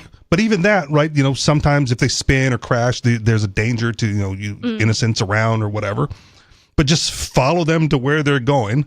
And if anything, if you can get a shot off, just like a tracer, like an iTag, whatever, Apple AirTag. Yeah. Just fire one of those and follow where the AirTag goes and like meet them at the destination. Wow. When they run out of gas. They got to stop somewhere. Just monitor, let them think they got away instead of like, O.J. Simpsoning them down the street like with a parade of cop cars. This is too much thinking for the silly. Cops. They don't hire high IQ people. I get it. But even more so, right? If you end the qualified immunity, they won't do stuff like that because now they're responsible, and they'll have to come up with better ways, and they'll still be able to do their job. And will probably quit. I think that they would still do the things they do now. They just would be liable for them. It's not that they would. That's a good thing. Magically, I think that a lot of the times they would still do things they do now, but I think it'd happen less too. Good. I don't know if it would or not. Maybe it would, but maybe it would also just result in there being a higher turnover for cops, because also good. Yeah, also good. I mean, once you become liable for the actions that you take and their actions are stupid, and and it costs you something, then the math doesn't work from an economic standpoint, so you'd end up. Yeah, I definitely don't think they would just suddenly stop doing anything bad all the time. Like the likely thing that would happen, right, is if you ended qualified immunity, they would have to get some sort of insurance, right? Like malpractice insurance, like doctors. Yeah, right. And doctors, right, like they're already upset because the malpractice insurance is so expensive. Yep. They're like, oh, it's eating away at my paycheck. Right? Like, why is it so expensive? Well, stop making mistakes. No problem, right? So number one, if you're a cop and you have to pay for your own insurance, right, like doctors do. Once you go for like, oh, you got to carry insurance. It's just part of the deal, part of the union, whatever it is, right? And your premiums go up every time you make a mistake. Then at some point it goes like, well, this job isn't worth it because my premiums are so high. It's because you're a bad cop, right? It's a financial disincentive. And at some point they go like, well, we're just not going to insure you anymore. You're like, well, that cop's out of here because he's not going to carry the liability on his own. That would be foolish, especially if he's already a bad cop. So you eliminate the bad cops, you replace them with, better cops. The thing is, I mean, I think this would be a good direction to go with, in terms of getting rid of immunity, but it probably wouldn't have as much of an effect as we would want it to have, and I just suspect the reason is because people tend to just go along, right? At least people could sue in a lot of cases. They could, and that would be good, but we probably wouldn't see that many lawsuits. I suspect we should probably, but I suspect we wouldn't. Oh, I think you'd see more. Because there's a lot of people right now that can't sue because of qualified immunity. We would see more, but I don't think it would be enough, right? I think we'd end up seeing there's so much complacency. I'm kind of getting tired of hearing people say like, well, this one thing wouldn't be enough. Well, because we have to do death by 1,000 cuts for liberty. Like, we have to do everything. Like, when people are like, the House, it doesn't matter, Bonnie. The House being controlled by libertarians, even 400 libertarians, it's not enough. I'm like, okay, you think that's the only thing anybody's doing? So, like, that was the argument I was having with somebody about. That's a terrible reason not to pursue something, right? Like, I completely agree with that. Like, I think the perspective that you're having, I think it's, I think you can keep things, being, keep things in perspective, right? Have them be realistic and be honest with ourselves, but also point out that, every little step forward is you eventually get to somewhere. Get to where you want to go. Like, don't get me wrong, I stopped testifying in front of the House of Representatives people because I'm like, it doesn't matter. I hear enough of these people talking amongst themselves in my chats that I'm just like, I already know you're going to vote the way you want to vote either way. And the Democrat is doing the same thing. The people the people who aren't libertarians are doing the same thing. They already know what they want to vote for. So I mean, Bonnie, I think in some respects you're not entirely wrong, but I think at the same time it also gives us an opportunity to push back. And it's not even always necessarily the testifying itself, but just the publicity and the show that we're doing something, right? In New Hampshire, you got to have a reason to come, right? You got to have a reason to move. And by just even doing silly stuff, like, I mean, look at the parking meters. I think that's a perfect example. I mean, that was just absolutely like, it makes no sense, right? It was silly but effective. Right. It was silly. Like, right? if the testifying was silly but effective, my mind would be totally changed. Yeah. I mean, and I think ultimately it's not so much Guess whether who agreed or not to it's me? effective. Derek J. Derek J. That it's ineffective. Yeah. I think he said the only point in going and Yeah. doing testifying in front of state representatives is if you're going to say something funny. Oh, that's interesting. Yeah, I don't know. I think going in and of itself may not have a lot of value, but going and sort of sending the message to others outside the state, you should move here because we're doing stuff. Because ultimately at the end of the day, it's like, okay, we have statistics on our side showing, how, we have all these people who are in office, but that's not what's going to get, that's not really interesting or publicity. The issues themselves can sometimes be interesting, or things that, libertarians care about. And so if you push those things forward and show that, oh, hey, people are going to the State House to testify on issues that you care about too, they're going to be more likely to come and move here. And then our numbers are going to increase. And over time, we're going to have, more of an actual impact. Also, why the concentration strategy works is because Right. you can do more and different things when Right. you have more people Right. doing more and different things. Yeah, I feel enough people No worries. have videos of themselves going and testifying. I do stuff all the Makes time. me not want to do it. I do stuff all the time that, like, I'm not really that interested in doing, but It's not just about being not interested. It's like I have to choose, am I going to spend 2 hours of my time driving plus the amount of time testifying? So am I going to do something that actually like has an effect? And Yeah, but I if think- there's activists closer to the courthouse, Yeah. you let them do it. Exactly, and you that's can kinda do what I something. do. Exactly. I mean, everybody gets to But you decide. need a lot of people to do that. Everybody, Yeah. Obviously gets to decide for themselves what they want to do. And if it's something that doesn't interest you, there's always something else. So. Well, more Free Talk Live coming up. You can call in 603-283-6160. That's 603-283-6160. More Free Talk Live coming up. 603-283-6160.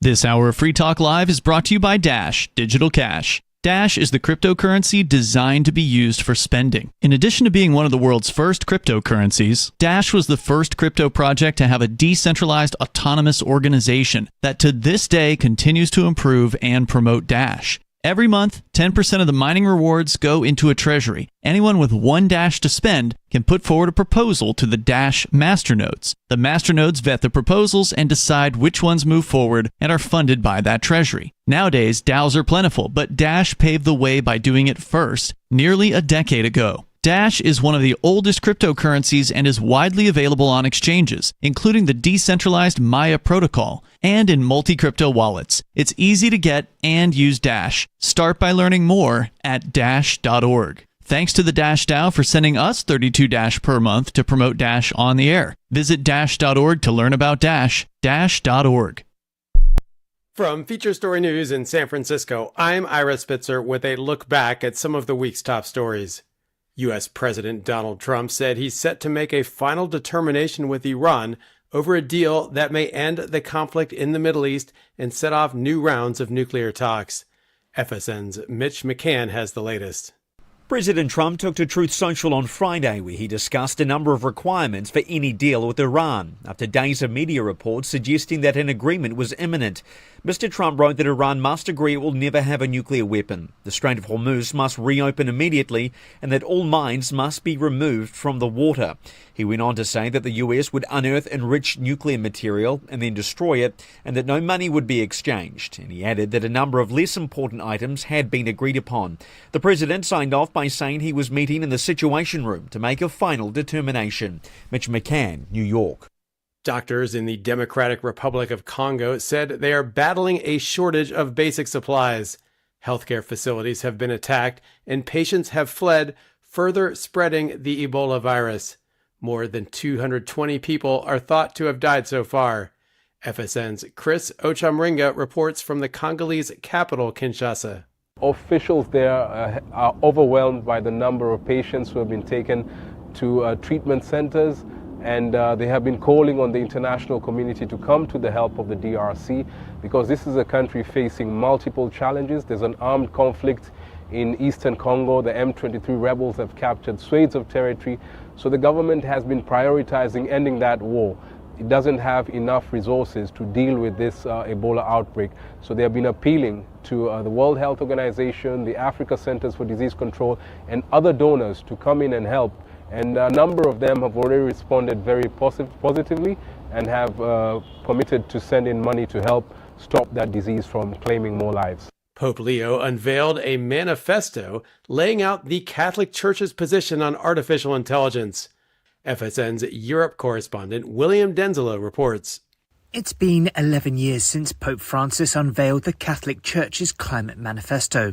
Today, his successor, Pope Leo, is laying out the Vatican's view on the ethical and social challenges created by AI. The American Pope will present his Magnificat Humanitas alongside officials from the Holy See and artificial intelligence experts, including the co-founder of AI startup Anthropic. Leo's previously raised concerns over the use of AI in the military, warning the delegation of decisions of life and death to machines could create a destructive spiral. He's also criticised what he says is the environmental devastation caused by harvesting the rare earth minerals used in modern technology. From Bureaus Worldwide, this is FS. Our Matrix server is about as free as internet chat can be. Join the existing rooms or create your own at chat.freetalklive.com.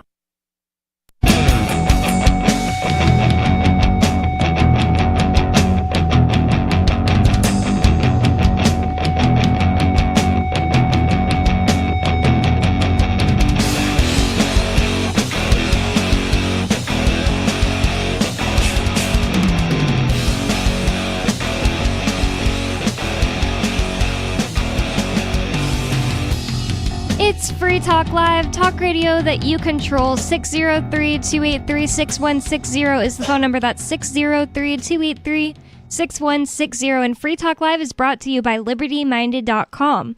Official Free Talk Live gear like t-shirts and hoodies are available at LibertyMinded.com. Plus, you'll find a unique collection of cool and funny Liberty-oriented clothing at LibertyMinded.com. That's LibertyMinded.com. And with you on Free Talk Live tonight, you've got me, Bonnie. Mr. Penguin. And Richie Rich.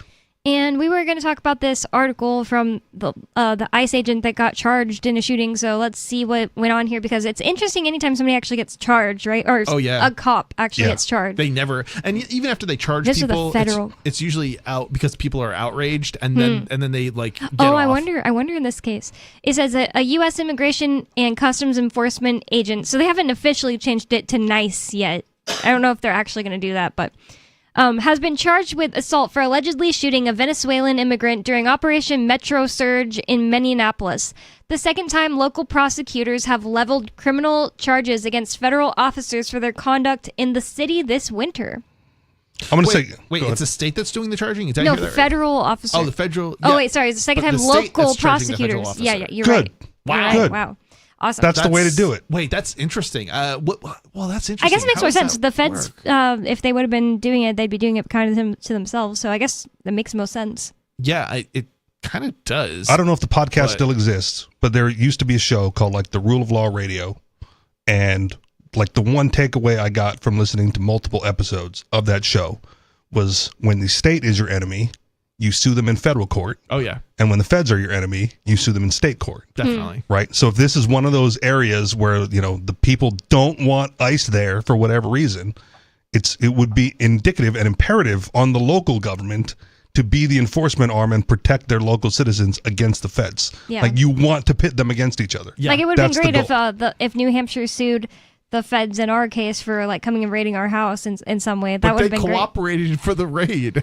Yeah. That's the problem. But the local sheriff, Keene PD, right, should have been out there protecting you against the feds. Instead, they were like Instead waving they- people into the house. Yeah. Right. And keeping film crews like Penguin out. Oh yeah.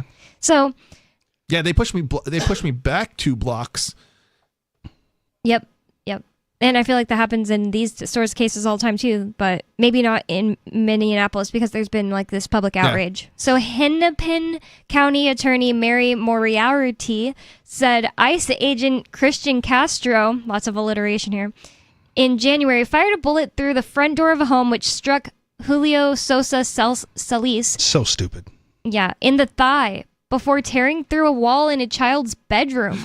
So went through a door, a thigh, and a child's bedroom wall. Moriarty said Castro. That's reckless and Yeah. dangerous on so many levels. Yeah. This is why if you take away the qualified immunity and he has to have some sort of insurance, immediately his deductible goes up just for being reckless. Even if he was in the right, you can't be reckless about it. It's interesting. So in Keene, they actually this is more than a decade ago at this point. They actually shot I don't think they shot a kid. They tasered a kid and the kid died in like their crib or something. Okay. And In Keene? Yeah, and the police department had insurance, but and I think they paid out. But I believe what happened was that they wouldn't insure the cops anymore in Keene. That's why they don't have tasers in Keene, or they didn't for a long time. See? Yeah. Wow. So So now because they can't do for the premiums or they can't get insurance, right? They're ineffectively disarmed or effectively disarmed in some way, small part with the tasers. Yep. So it says Mary Moriarty, the county attorney, said that Castro had lied about being attacked before the shooting. Mr. Castro fired his service weapon at the front door of a home knowing there were people who had just run inside that presented absolutely no threat to him or anyone else. It's a classic case of people running away and cops shooting at them. Yeah. I mean, you got them trapped in the house, right? Call for backup, have yourself a little standoff, right? Send in the negotiator, but don't shoot through the door. Yeah. Right. You moron. Moriarty said a nationwide warrant had been issued for Castro's arrest. He is facing 4 counts of assault in the 2nd degree and 1 count of falsely reporting a crime. An ICE spokesperson called the charges unlawful and nothing more than a political stunt. Wow. Whatever. Even if he has those charges, right? You don't shoot through the door. You know where he is. No, Castro is the guy who is the ICE agent. What's the guy's justification for shooting through a door? That's where the bad guy was. His justification was he just got attacked, but it was a lie. Wow. Apparently, But according to the even if true, right? You still have the you still have the building of where the bad guy I is. still don't understand why you would shoot through the door even if you had just gotten attacked. Like, how does that? well, you're rational, and what Richie Rich is saying is that it still wouldn't make a difference, but You still don't shoot through a door. Right. As someone who ran you would away. shoot the attacker, but if you shoot through a door, who knows what you're going to hit? You can't even really shoot the attacker. Right. Right. because they're running away. Because they're running away. Are they armed? Did they turn? Right. Did they point the weapon at you? They're running away. They're in retreat. They're in retreat. They found a place to be. You're not protecting the homeowners by shooting through the door. Right. Right. Just call for backup, surround the building, and wait till he, does the right thing and comes out. I'm not sure who this person is since Christian Castro is the ICE agent, but it goes on. In April, Moriarty's office charged Gregory Donald Morgan Jr. with 2 counts of 2nd-degree assault for allegedly pointing his gun at a motorist on a highway amid Operation Metro Surge, the crackdown that brought thousands of federal officials to the Minneapolis area. Morgan, Again, if you get this on video, right, you turn it over, and qualified immunity's gone, premiums go up. You don't just you don't just flag motorists driving down the highway. You don't brandish your weapon just because you're an authority figure. It hasn't said who this person is. It just says Morgan hasn't been taken into custody. It is rare for state officials to prosecute federal agents for actions related to their official duties.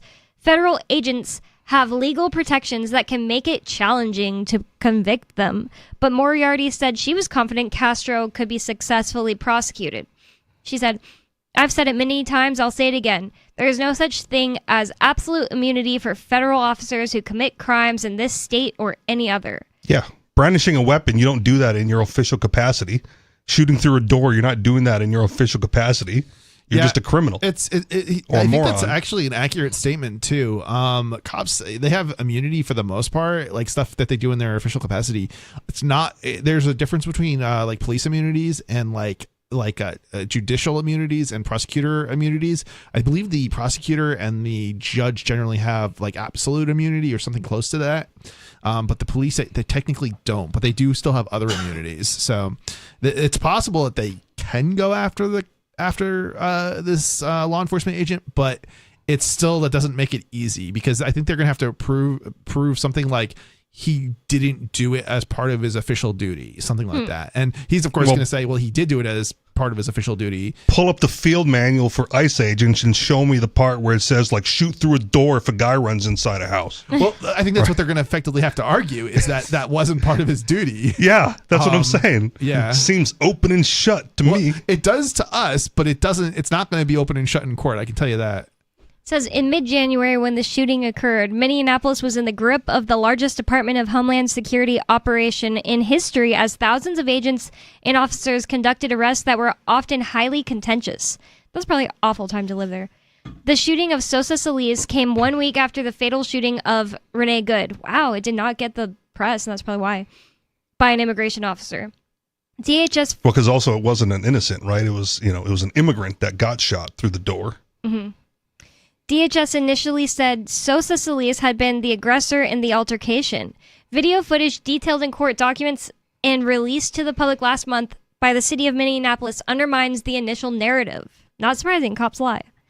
In a statement released the day after the shooting, the agency said Sosa Solis was the driver of a vehicle pulled over by ICE.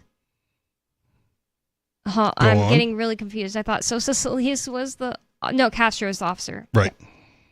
Man, these officers shouldn't be allowed to have a Hispanic last name. Does it say if they had a warrant to enter the home? Because once the person's in the home, they need a warrant to enter. I don't know about that when you're chasing a fleeing suspect. If you're chasing a fleeing suspect, you might not. But I'm trying to remember if you do or don't. But I'm pretty sure that's probable cause for entry. Not probable cause to shoot through the door. But also, entering seems dangerous. It might not be. You might need a warrant once they enter their home. I'm not 100% sure on that one. It said in a statement released the day after the shooting, so back in January, the agency said Sosa Solis was the driver of a vehicle pulled over by ICE as part of a targeted immigration enforcement operation. The driver fled from officers, crashed into a parked car, and then ran on foot, according to the January 15th statement. This is the most action this ICE agent has ever gotten. Did he get away, I think, is the key question. If he got away and they then got into the house and shut the door. Yeah, if he got into the house and shut the door after getting away, then they would have needed a warrant. Let's see. If they were following him the whole way, I think they wouldn't have. 2 other individuals joined the driver and began hitting an immigration official with a snow shovel and broom handle before fleeing into the home, the agency said in January. Fearing for his life and safety... This is in the statement released by the day after the shooting. So does that mean by ICE, I guess? Oh, the agency said, so ICE. Right. Fearing for his life and safety as he was being ambushed by 3 individuals, the officer fired a defensive shot to defend his life. He was getting hit by shovels and brooms. This all sounds fake, honestly. It sounds like a cartoon. Even if so, they retreated into the home because the door was closed by the time he fired the shot. So he was no longer in fear for his life or safety. He was removed from that situation because the suspects had fled into the home. Right now, can he pursue? Certainly. Right, I think so. If you're in fear for your life based on a fleeing fugitive, you probably shouldn't be a cop. That sounds like pretty standard cop behavior, though. It is, but there's cops. Most cops shouldn't be cops, right? A month later, cracks in the case had already become apparent.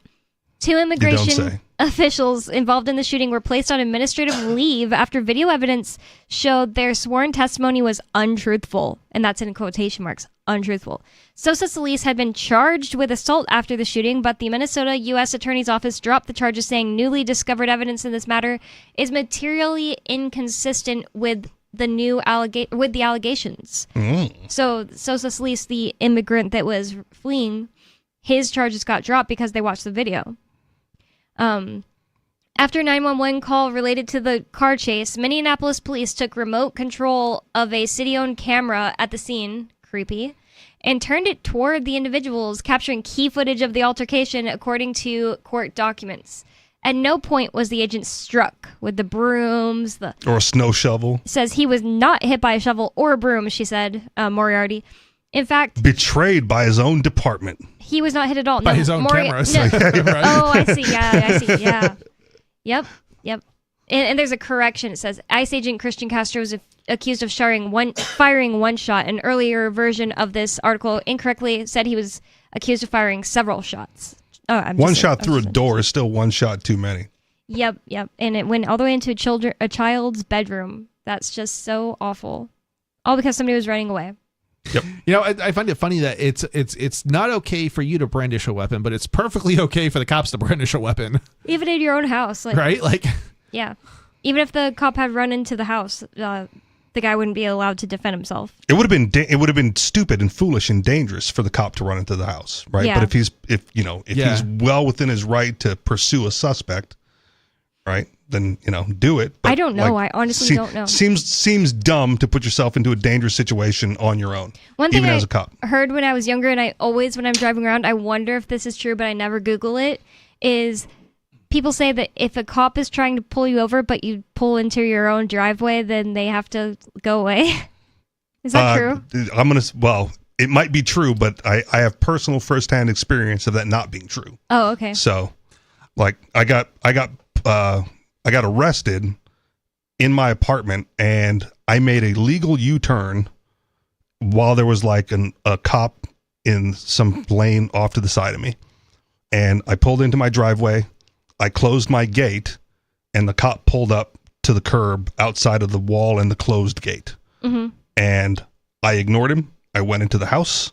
I went to sleep. 10 minutes later, you get a knock on the door. Did they have a warrant? Because if they did not have a warrant, that was illegal if for the cops to do that. If they did have a warrant, then it would have been okay. Okay, well, then it was illegal because there was no warrant. Okay, right? so once you've entered the house, they need a warrant, basically.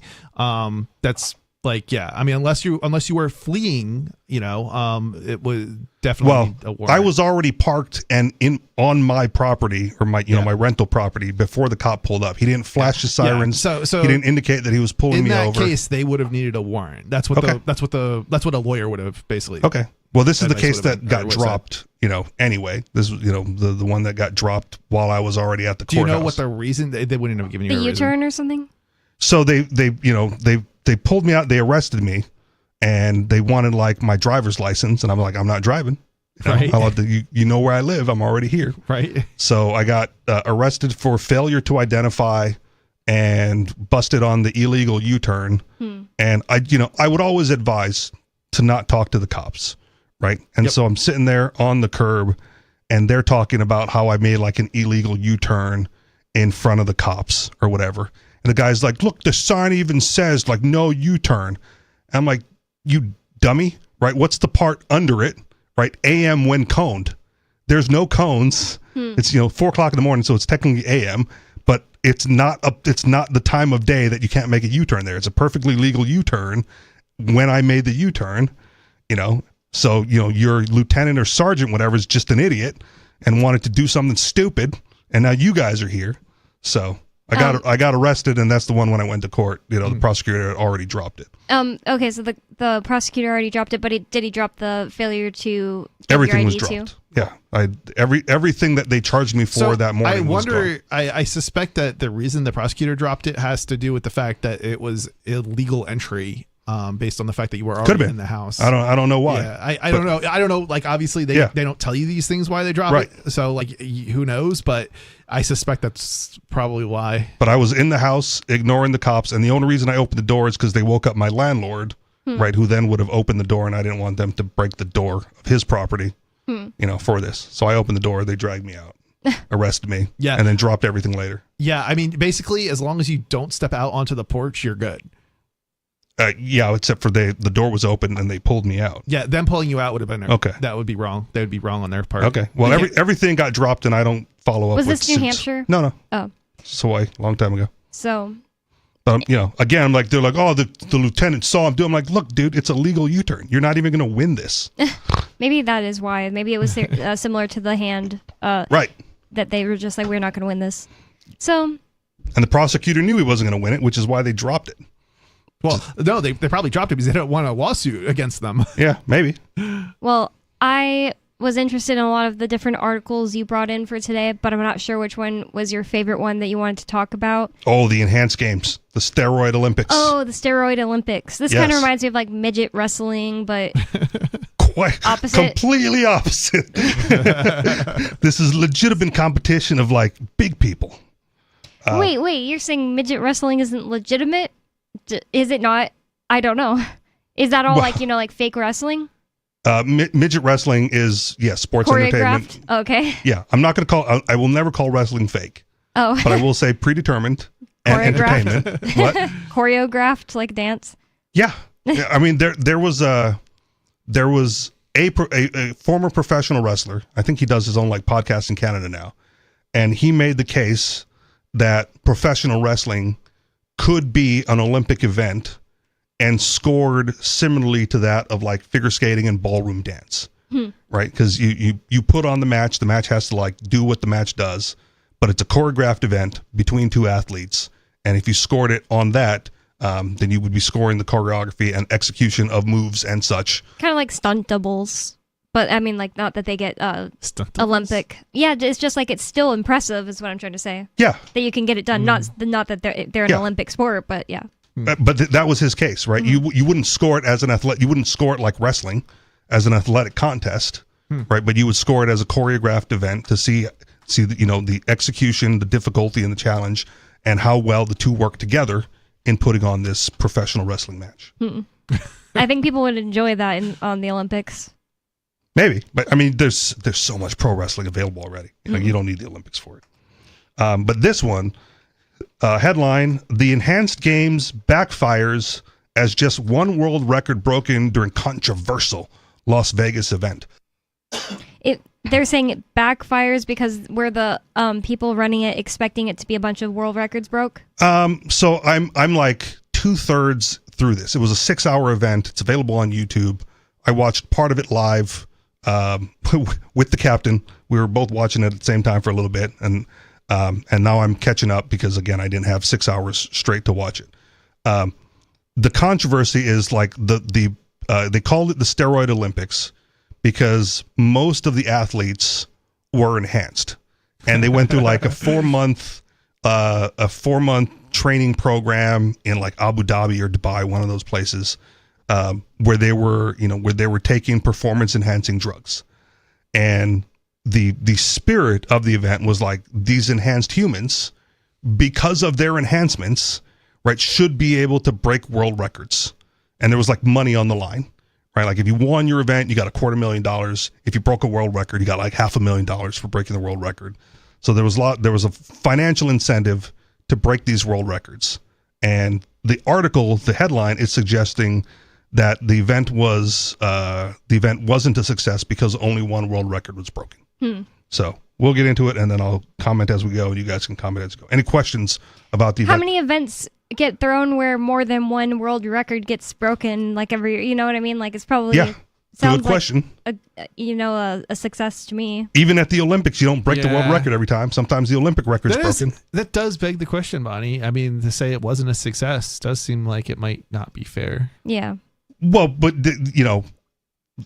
I guess, like, let's say it was a video game competition and we were hearing about it in the news and one world record was broken. You would hear the headline be written like world record broken at recent It just already sounds like kind of Yeah. like slanted to me. It does. Yeah, I agree with that. But at the same time, if you're saying like peak human performance is the Olympics generally, and that's where a lot of world records are set or international competitions, and we're going to spend 4 months juicing these people. Yeah. You know, right. and I wonder if the real reason that more so-called more records weren't broken here is because they're already using different sorts of drugs, performance-enhancing drugs. Yeah. Elsewhere, it's just that they're not detected because obviously they go through a clean cycle before testing. Right. Yeah. Right. Yeah. That is a great theory. I will suggest, again, having watched it, and we can get into the article still, I think the reason that the world records weren't necessarily broken was most of the athletes that were performing in these enhanced games are not at the peak of athleticism in their career or in the world right now. Right? These are people that have been to the Olympics, but it was like, they were at the 2012 or 2016 Olympics. They haven't done anything in like 10 years, right? Let's get them back into athletic shape and juice them and see what they can do. So, you're not getting like the Olympic gold medalists from, the most recent Olympics juicing for 4 months and then going like, how much better can you do now, bro? Somebody already in their Right? prime. Right. Yeah. These are mostly athletes past their prime, past their peak physical performance. And I don't know if the article is going to get into it, but again, from watching it, a lot of personal bests were broken. Right. So these athletes past their professional prime, right? They haven't done this in years, right? Are doing better than they ever have off of these performance enhancing drugs. And again, the question at hand is like, well, if they did this during their peak prime, right, their peak level of athleticism, how much better could they have done? Yeah. Right. And that's, that But was the interesting thing watching it for me. It's interesting though to hear that many of them beat their all-time high still. Yeah. In spite of the fact that maybe they didn't get to the same level that they would have if they had done it during their prime. During the prime, yeah. So to me, I was like, well, just watching it live and partly recorded, I was impressed with the level that they were getting, even if they weren't breaking world records, which is peak athleticism at your athletic prime. Yeah.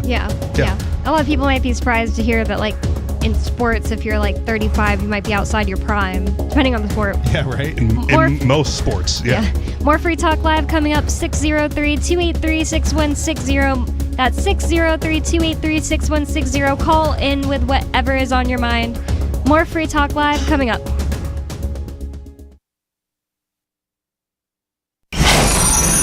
For those hoping to get ahead of the work week, look no further than Overtime Plus, a new app that lets you work for your company even while you sleep. The app keeps you trapped in a constant half-awake, half-dream state where your thoughts are never far from the drudgeries of the work week.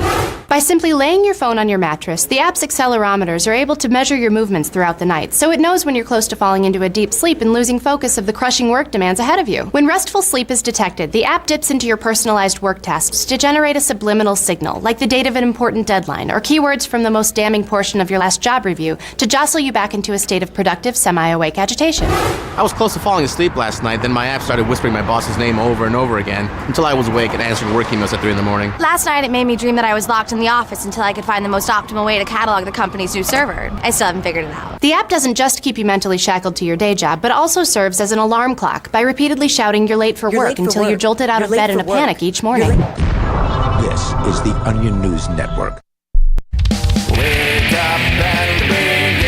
Eleutheromania, the insatiable desire for freedom. It's the new 3-song heavy metal EP from Captain Kickass. Available now on your favorite music app or get it directly from CaptainKickass.com. If you want to know the latest about Free Talk Live before we go on the air, all you need to decide is how you want it delivered. It's your choice. Visit news.freetalklive.com to receive our usually weekly news updates by email. Plus, we have a Twitter account at twitter.freetalklive.com, and you can follow us on the decentralized Mastodon platform at toot.freetalklive.com. So please follow us at toot.freetalklive.com and sign up for our emails at news.freetalklive.com. You're listening to the live edition of Free Talk Live. Hour number 3 is next after the news here on the Liberty Radio Network at LRN.FM. From Feature Story News in San Francisco, I'm Ira Spitzer with a look back at some of the week's top stories. U.S. President Donald Trump said he's set to make a final determination with Iran over a deal that may end the conflict in the Middle East and set off new rounds of nuclear talks. FSN's Mitch McCann has the latest. President Trump took to Truth Social on Friday where he discussed a number of requirements for any deal with Iran, after days of media reports suggesting that an agreement was imminent. Mr. Trump wrote that Iran must agree it will never have a nuclear weapon, the Strait of Hormuz must reopen immediately, and that all mines must be removed from the water. He went on to say that the US would unearth enriched nuclear material and then destroy it, and that no money would be exchanged. And he added that a number of less important items had been agreed upon. The president signed off by saying he was meeting in the Situation Room to make a final determination. Mitch McCann, New York. Doctors in the Democratic Republic of Congo said they are battling a shortage of basic supplies. Healthcare facilities have been attacked and patients have fled, further spreading the Ebola virus. More than 220 people are thought to have died so far. FSN's Chris Ochamringa reports from the Congolese capital, Kinshasa. Officials there are overwhelmed by the number of patients who have been taken to treatment centers, and they have been calling on the international community to come to the help of the DRC because this is a country facing multiple challenges. There's an armed conflict in eastern Congo. The M23 rebels have captured swathes of territory, so the government has been prioritizing ending that war. It doesn't have enough resources to deal with this Ebola outbreak. So they have been appealing to the World Health Organization, the Africa Centers for Disease Control, and other donors to come in and help. And a number of them have already responded very positively and have committed to send in money to help stop that disease from claiming more lives. Pope Leo unveiled a manifesto laying out the Catholic Church's position on artificial intelligence. FSN's Europe correspondent William Denzelo reports. It's been 11 years since Pope Francis unveiled the Catholic Church's climate manifesto.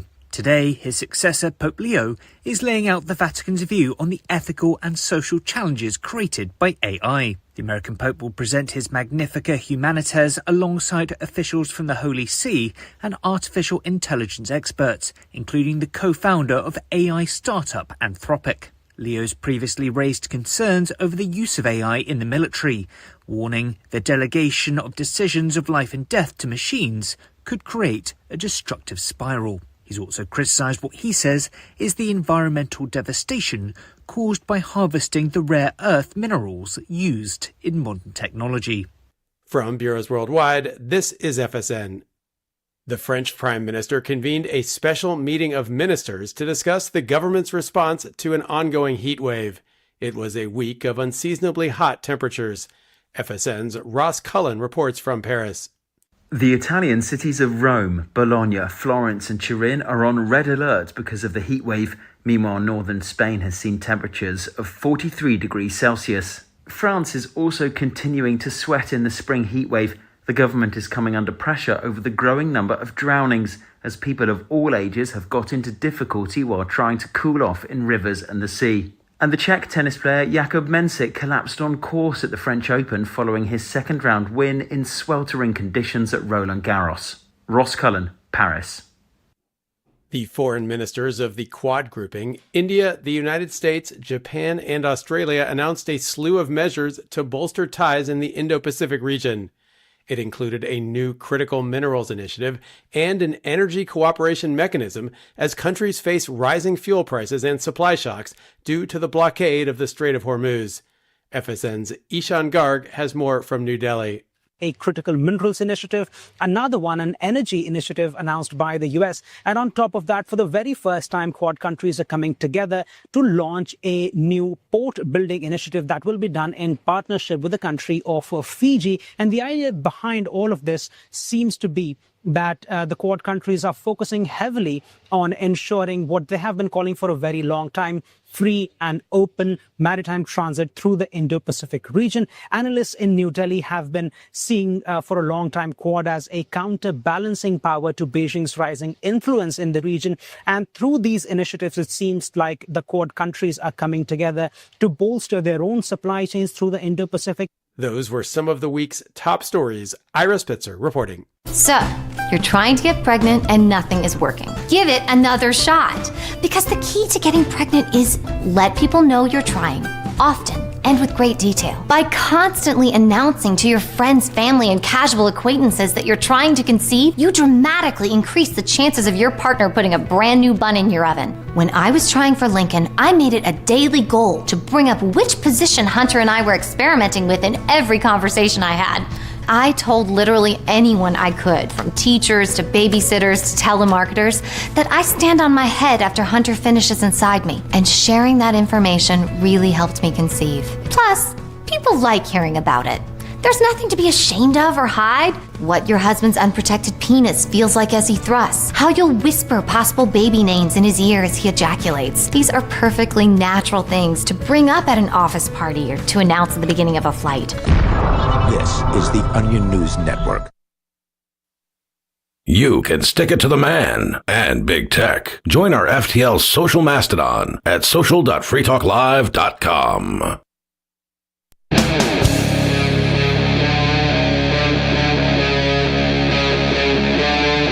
Free Talk Live.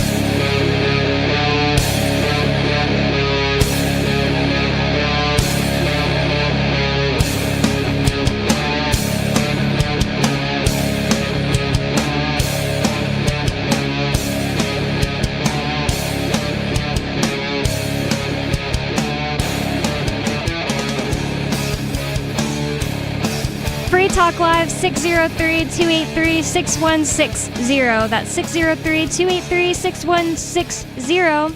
And if you're tired of the oppressive rules and moderation of the big tech social media sites, our Mastodon server at social.freetalklive.com can set you free. Mastodon is free, open source, decentralized, and federated. Multiple apps are available for iOS, Android, Windows, Mac, and Linux. Social.freetalklive.com. And with you on Free Talk Live tonight, you've got me, Bonnie. Mr. Penguin. And Richie Rich. And we just started talking in the last segment about this. Accidentally called it wrestling, but... Enhanced games. Enhanced games. So basically, roid games. Yeah, the colloquial term was like steroid Olympics. Are steroids like scheduled to or something? I don't know. Or maybe they're descheduled in Las Vegas. Isn't that what you said it was? Well, okay, so the event was in Las Vegas. But the athletes spent like 4 months in the Middle East. It's either Abu Dhabi or Dubai, and I always confuse those, so I apologize, and maybe the article will mention it. But they spent 4 months there training and cycling onto these performance-enhancing drugs. Maybe with a doctor from the company? Under supervision of medical personnel. Okay. So... Cool, so it's not just like, I guess I didn't consider this, but it's not just like people like, yeah, I'll call up my roid guy from back in the day and we'll get started. No. So like the organization seems to have, good motives of just, again, what can this stuff do? How can it enhance human performance?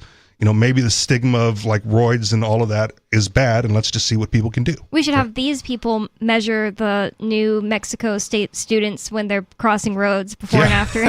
Yeah. Like, their heart rates. Juice them up a little bit, and maybe they're not as scared because they think they can take on the car. Who knows? Oh my God. Oh my God. It's funny. Let's get into the article. The controversial enhanced games suffered a major blow after only one world record was broken during the inaugural event, despite athletes being openly allowed to use performance-enhancing drugs.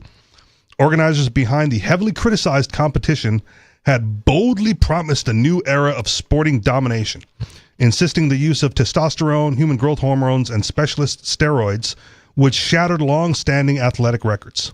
Huge financial incentives were also put on the table, with competitors offered a staggering $1 million bonus if they managed to break an official world record during the Las Vegas showcase.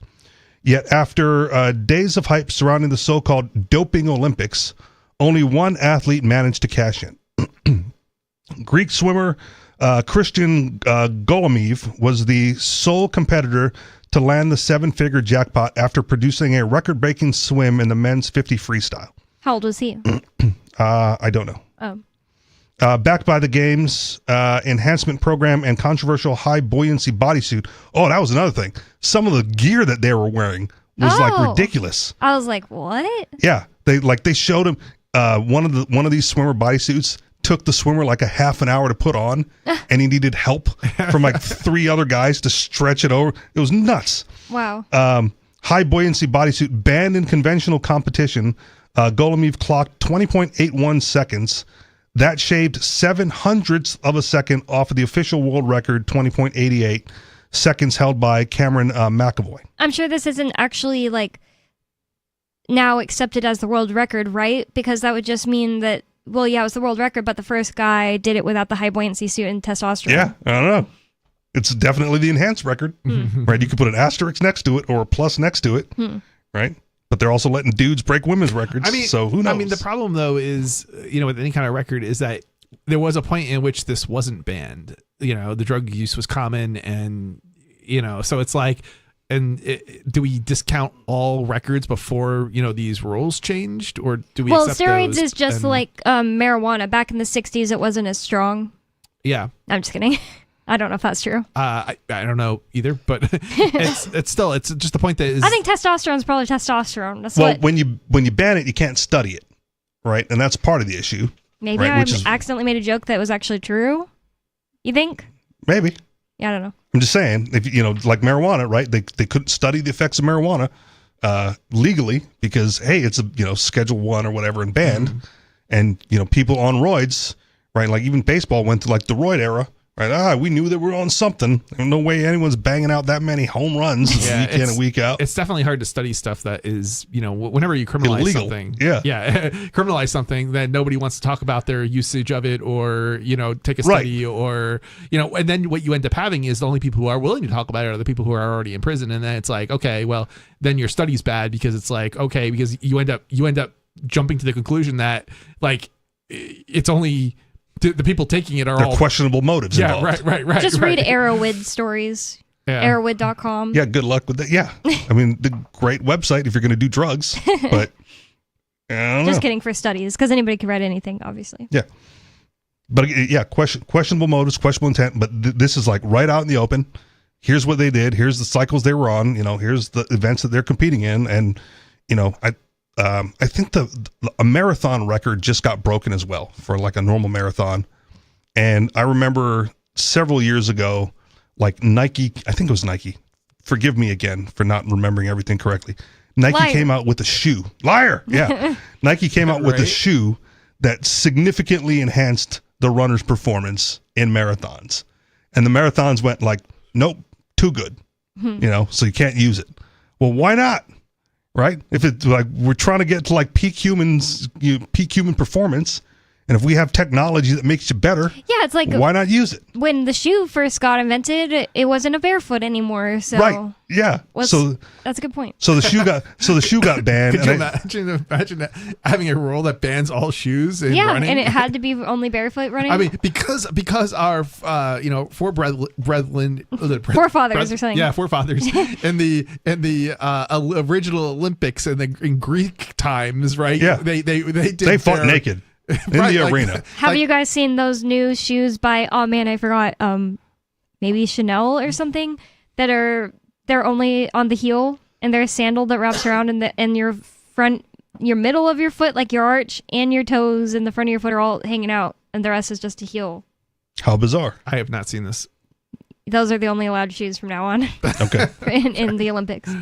Yeah, this has been a big thing. If you wear those and aim the camera at you, we'll like double our viewership on the show. Oh my gosh. But yeah, so the marathon runner, like they banned shoes a while ago, and I think they credited his victory with like some new Adidas or something with like, again, performance enhancing shoes that just let you run better or impact the ground better or spring you off better, with your next step. So who knows? Beyond that moment, however, the event failed to deliver the flood of record-breaking performances many organizers had predicted. British swimmer Ben Proud came painfully close. This is why they said they failed. Why? Because they were predicting record numbers of. So they were going breaks, out saying like, breaking it's going records. to be record breaking. Yeah, I mean, it's a good way to promote it. So they were wrong about the number of records maybe that were going to be broken, but that doesn't necessarily mean it probably would have been unfair had that statement not been made. Yeah, and again, like it's good promotional material, right? Like the steroid Olympics, sure. we're going to break, but they didn't have peak athletes at peak athletic performance levels and then juicing them. Yeah. Right. They had past their prime athletes juicing and then breaking personal records, which is still amazing. Like if you hadn't done something for like 10 years and you come back and do it for 4 months and like, this is the best I've ever done it, the best I've ever felt, the strongest I've ever been. Or it's like, oh, maybe there's on to something with these enhancements. Now Who you're going to knows? have to like get these people off of these things. Why? They could just keep competing in the enhanced Olympics and making money. And again, like maybe next time, you know, if they one of the weightlifters, you know, they asked him like, what could you have done differently to like break this record? He's like, if I had one more month, you know, of training and on this stuff, I think I could have done it. They're like holding it in their hands right then. Yeah, no, I'm paraphrasing, but that was like the gist of it, right? If I had one more month of training under medical supervision and, you know, continue to cycle on these enhancements, I think I could have broke the record. So, you know, who knows? And some of these records were missed by like tenths, hundreds of seconds, right? Of past their prime athletes, right? Now being has like this. I don't know how you can call this not a success based on their performances. British swimmer Ben Proud came painfully close to the men's 50-meter butterfly, but narrowly missed out on the bonus after finishing in 22.32 seconds. Here you go. Just 500ths outside of the world record. Wow. Like Still got to be his best. It's a fingernail, right? Yeah. Guaranteed personal best. Yeah. There's no way he's Unless like, you know, his he was personal best is like that close. Yeah. American swimmer Cody Miller also impressed after undergoing an intense 8-week cycle involving HGH and testosterone. Excuse me. The Las Vegas native posted a personal best, 26.55 seconds in the men's 50-meter breaststroke, but still finished well short of the official world record mark. The biggest embarrassment for organizers when clean athletes repeatedly outperformed enhanced rivals. American swimmer Hunter Armstrong stunned the field by winning the men's 50-meter backstroke despite refusing to participate in the event's enhanced protocols. What? Which is fine, right? Because again, some of these athletes, like the clean ones, still want to perform in the other organizations, right? So they came to this clean. But still, he's beating the people on steroids. Yeah. It's crazy. Well, and actually, that's a good test subject, right? Like, I mean, because you want both the enhanced performance people performing as well as the non, because then you can compare, you know, how do the drugs actually affect people relative, you know, to those who are not taking. But also some of them were just there for the money, right? Mm-hmm. Like I want to stay clean so I can go to these other organizations and participate, right? And I want to make some money because the enhanced games pays way more than other competitions. So he might have just been that good.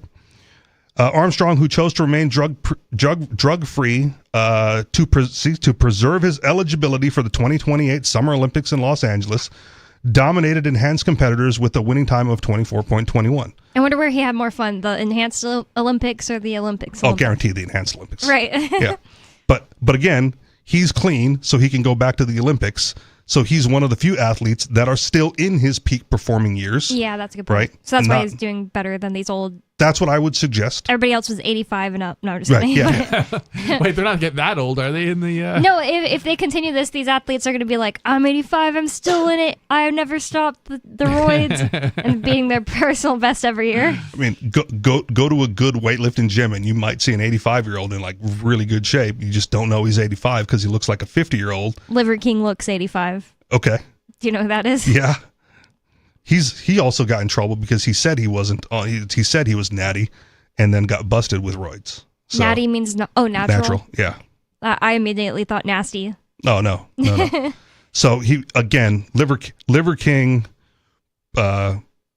pitched on his show, right? He presented himself as, I got all these muscles because I eat this liver diet and this carnivore primordial diet, right? And he was juicing. It's crazy. Right. That's So like, so rude. it's not the diet. If you did the Liver King diet, you would not look like the Liver King because you're not juicing. Yeah. I mean, I wasn't like super in touch with this entire story like you just told us, but I just looked at that guy and thought he was on steroids. Because he was. Something's wrong with him. Yeah. I lifted weights for several years and I was strong. Like I was ridiculously strong for my size. And my uncle, who's bigger than me, so like, you really want to get strong, boy? Give me some tips. He's like, I'll give you a needle. I'm like, I don't need it. Like that's not my goal. Yeah. I don't need to be that strong. I'm strong enough as it is. Yeah, like that's one thing about the whole steroid things is it gives me the same vibe as like actresses that can't let go that they're not in their prime, like beautiful anymore. And it's kind of like sad. It's like Demi Moore, who is beautiful in my opinion still. She's older, but she played a actress who gets past her prime and just can't accept that these younger people are getting hired on the network. And oh yeah, I forget what the name of that The movie. Substance. That was a good movie. it's a really good movie. Yeah. Yeah, it's one movie I've actually seen. I was gonna say, Yeah. Bonnie's watched a movie. Yeah, and it just kind of gives me the same vibe. And in fact, I forgot, in The Substance, she takes a drug in order to look younger again. I won't like give away any details. Spoiler alert. Yeah, I won't spoil it. But yeah, it just gives me the same vibe. It's like, I don't know, it's like, it's almost like if you are getting a crazy facelift to be able to be the most beautiful actress, even if you succeed, it's kind of just like the same thing. It's like, yeah, but it didn't come natural. That's kind of what's great about, There was one customer that I had when I was, again, going to the gym, and he was also going to the gym, and he was like, he was a specimen, like tall, lean, muscular, and he was also older, right? He had like adult children. I was like amazed by his physique. I didn't ask him if he was, juicing or anything like that, but the conversation we had was like, it's got to be depressing, right? To go into the gym one day and it's like the last day that you'll lift that heavy. Yeah. Right? Like you've peaked and Father Time catches up with you, and then everything else is just either maintenance or, you just start going down, right? Like you just go to, like Arnold Schwarzenegger went to the gym one day and like he hit his personal best and that was the end of it. Never got close to that again. Yeah. Right. And like that seems depressing to me. But if you don't want that to happen and you just, use a little bit of testosterone, a little HGH, right? You supplement those things in and you can hit personal best again. Right. You can prolong that time before you've actually peaked. That's why it's kind of sad. It's like, It's like somebody not accepting something. Okay. And it's like, I feel like it's a thing that just always comes with strings attached. Like, just like if a actress gets a facelift to try to look young again, it's like you might look different, or even maybe you look better than you looked with the wrinkles, but you still look weird. We're going to have to ask you this in another 10, 15 years, Bonnie. Yeah, sure. Yeah. I'm not an actress, but... Nah, but you're a pretty young thing, and when you get to your prime, we're going to ask you the same question. Over under when Bonnie peaks. Yeah, right? Call in. Oh my God. Call no, in. I'm going to turn 30 next week, so I've therefore Old. hit the wall. Yeah, that's it. Yep. My sister just turned 30. I'm like, you're old. Really? Your sister is like different. Obviously 30. Yeah, Okay. I was going to say younger than you. Okay. Yes. I've got two half sisters, both younger than me by different margins. My older brother's 8 years older than me. Okay. Yeah. No, she's she just hit it and she's like, I feel old. Because you are old. Like, that's it. You hit 30. That's old. It's not as shocking to me because of the fact that as soon as I turned 26, I almost said 16, but as soon as I turned 26, I was like, it's over. I'm in my late 20s. So it's just kind of felt that way for a while. 28.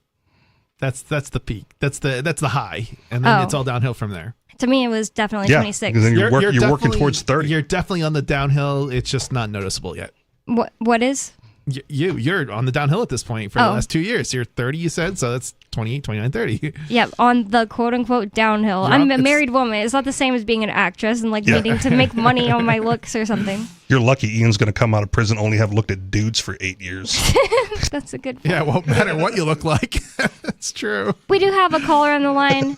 James No, I'm just kidding. Dave Ridley. I'm not going to answer you, James Whittakind. Dave Ridley in Colorado, you're on Free Talk Live. What's on your mind? By the way, James is banned again. Okay. Hey, guys.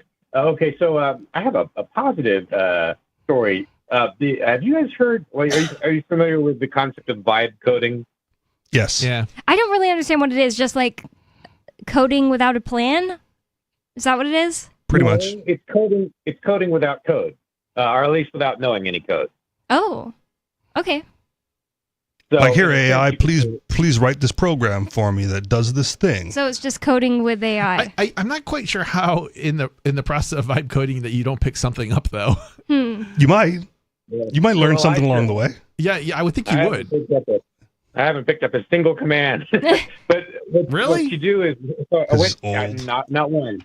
Okay. I went to this. I heard about this site called base44.com, and it was just described as the one that was the most user friendly. So I said, okay, maybe even I can use this. And I popped in there and said, there was this wonderful game in 1998 that came out called Starship Troopers Battle Space, and they killed it in 2002 because it was multiplayer and they didn't want to support it. They destroyed their own source code, I believe. And I thought, I should rebuild that game, just from memory. I wonder if I could do that without spending $30. Well, sure enough, I was able to build a crude copy of the game without even spending any money at all. It only took about 30 minutes of effort. And later, I went ahead and spent, I went ahead and got an account. And after, $5 later, I have basically a working, fully satisfactory copy of the game that I lost in 2002.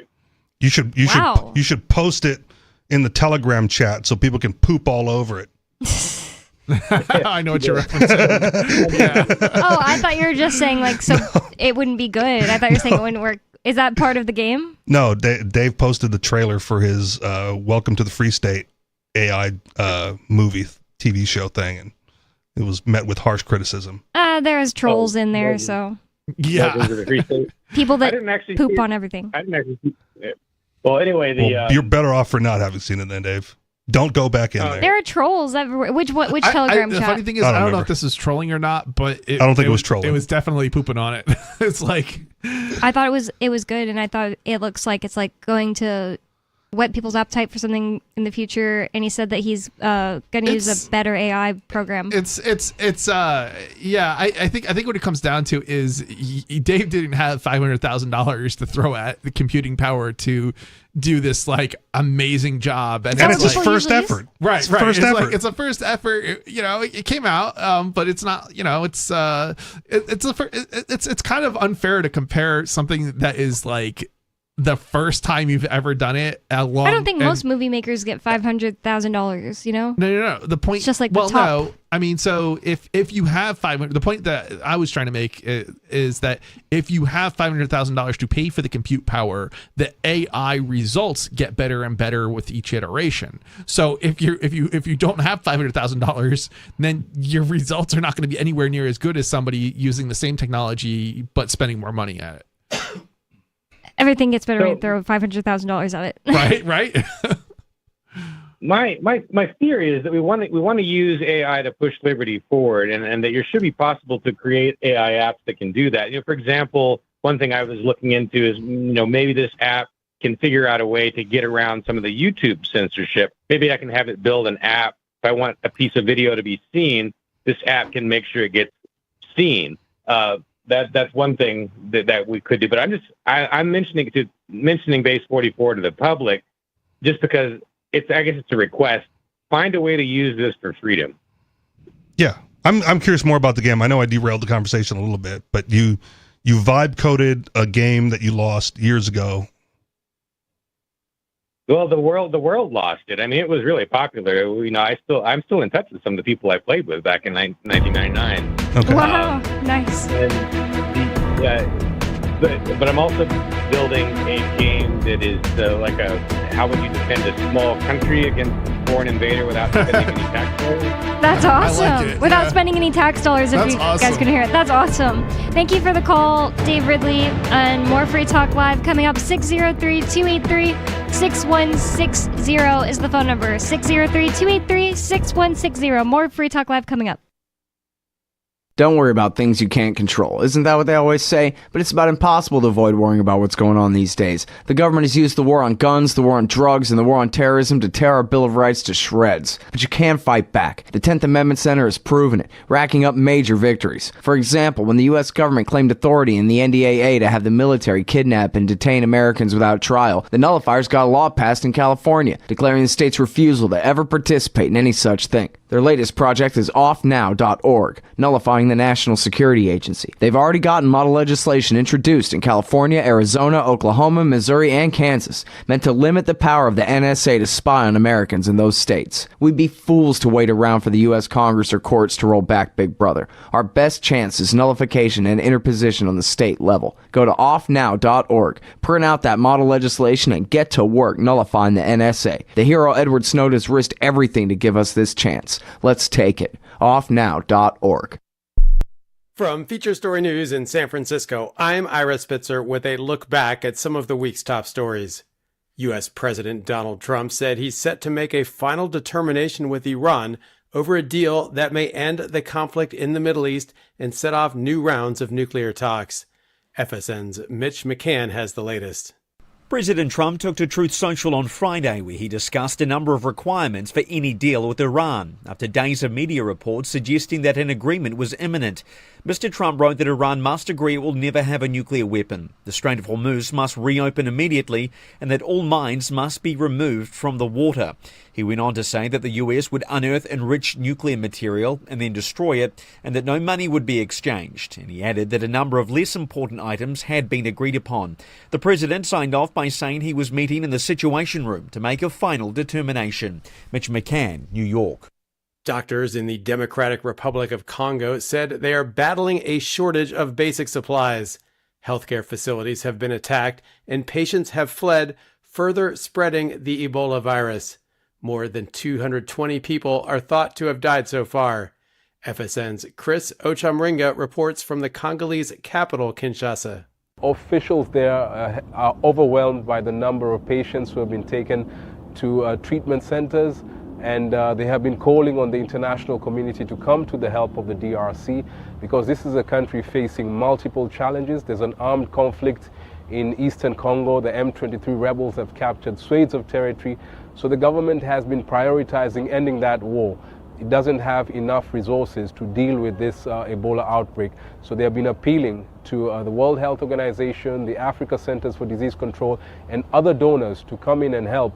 And a number of them have already responded very positively and have committed to send in money to help stop that disease from claiming more lives. Pope Leo unveiled a manifesto laying out the Catholic Church's position on artificial intelligence. FSN's Europe correspondent William Denzela reports. It's been 11 years since Pope Francis unveiled the Catholic Church's climate manifesto. Today, his successor, Pope Leo, is laying out the Vatican's view on the ethical and social challenges created by AI. The American Pope will present his Magnificat Humanitas alongside officials from the Holy See and artificial intelligence experts, including the co-founder of AI startup Anthropic. Leo's previously raised concerns over the use of AI in the military, warning the delegation of decisions of life and death to machines could create a destructive spiral. He's also criticised what he says is the environmental devastation caused by harvesting the rare earth minerals used in modern technology. From Bureaus Worldwide, this is FSN. Don't miss a moment of Free Talk Live. Get our archives daily via our podcast at feeds.freetalklive.com.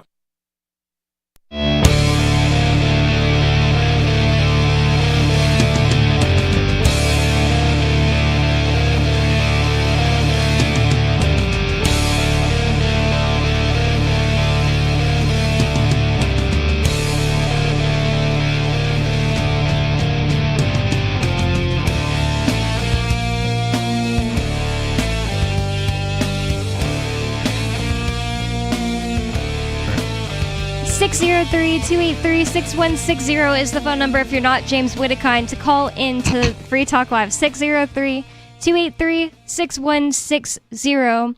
And with you on Free Talk Live tonight, you've got me, Bonnie. Mr. Penguin. And Richie Rich. And we have a caller on the line, so let's go to the phones.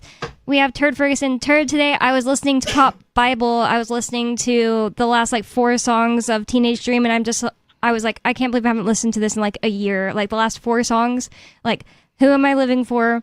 Right into Pearl, right into Hummingbird Heartbeat, right into Not Like the Movies. Perfection. Oh, that's amazing. That's an amazing last 4 songs. But what a set. Pearl is probably my least favorite song on that album, and Hummingbird Heartbeat is probably my favorite. Yeah. So, yeah, so that's interesting.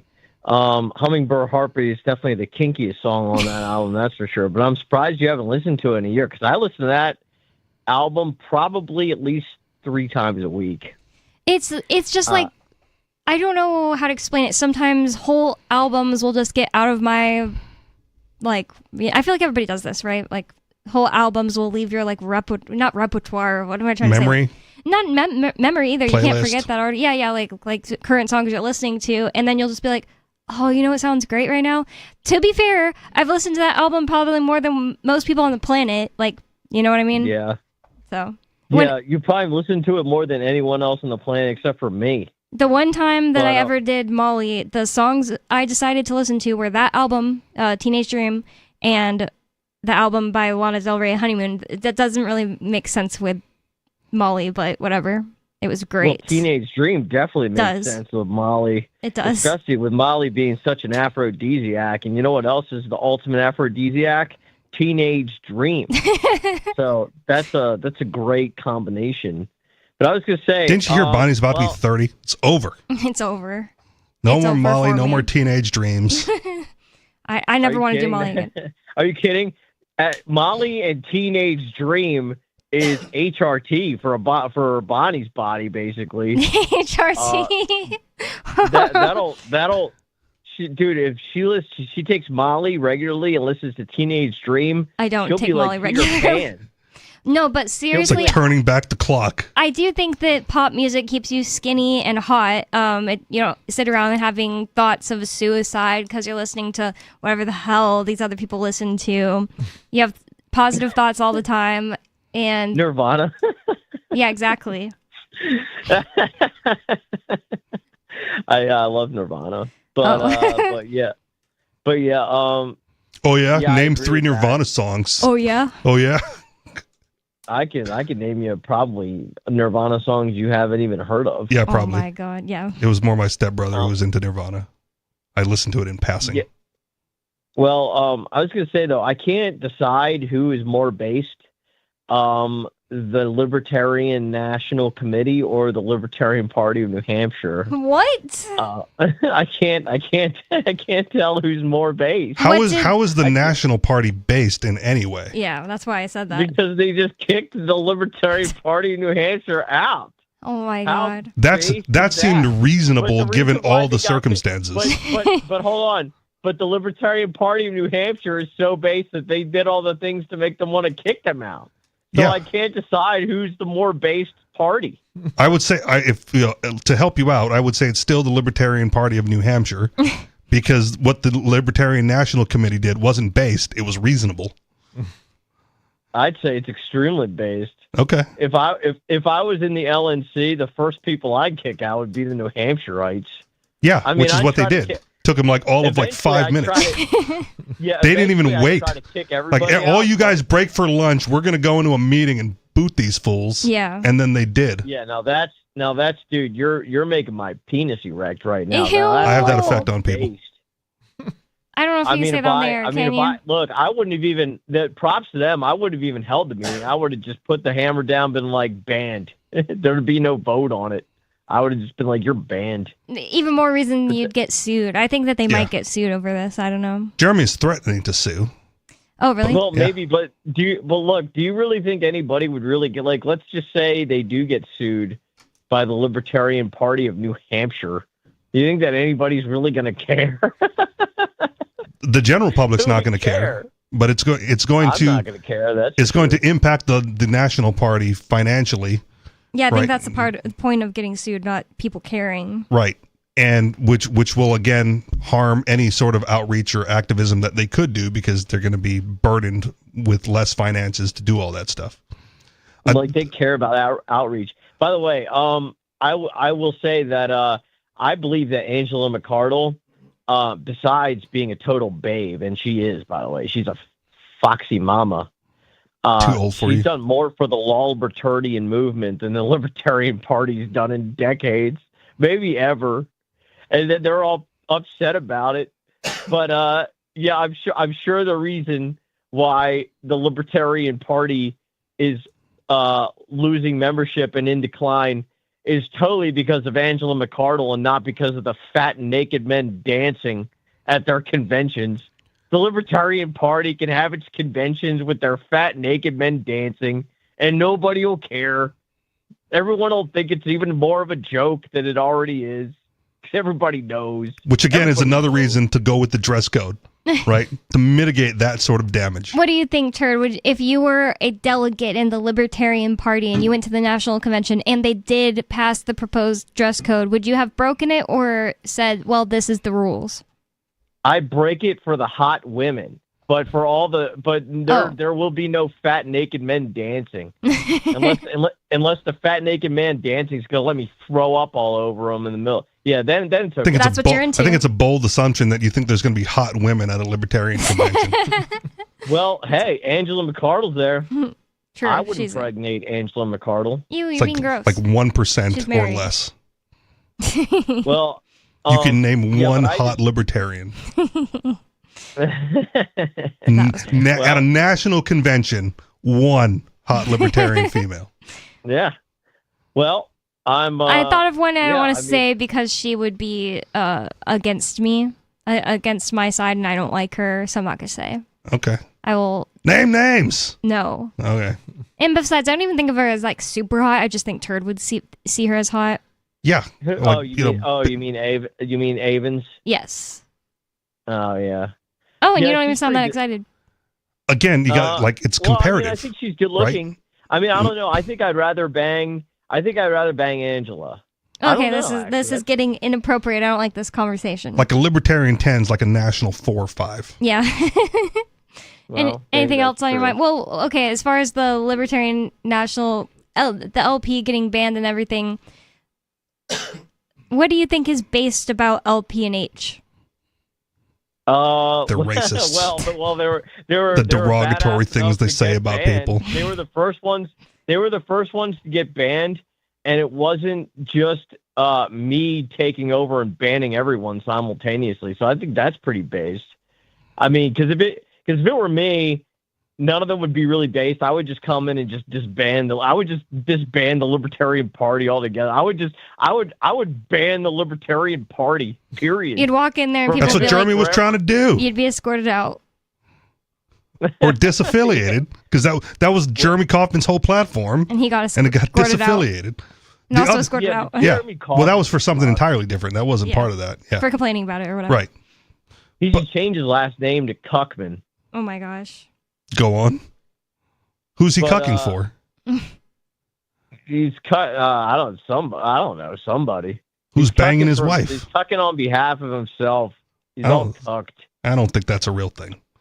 The weird thing about the New Hampshire thing, right, is there's already like in motion people filing paperwork to reaffiliate a New Hampshire party, and apparently I need like way more information on this, but it's being done by someone adjacent to Jeremy Kaufman. Right? Like, why would you do that? Like, you're part of the team that got the boot.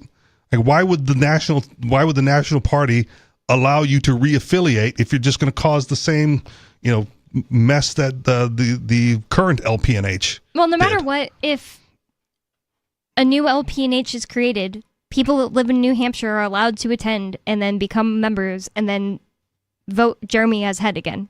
So it's just kind of pointless.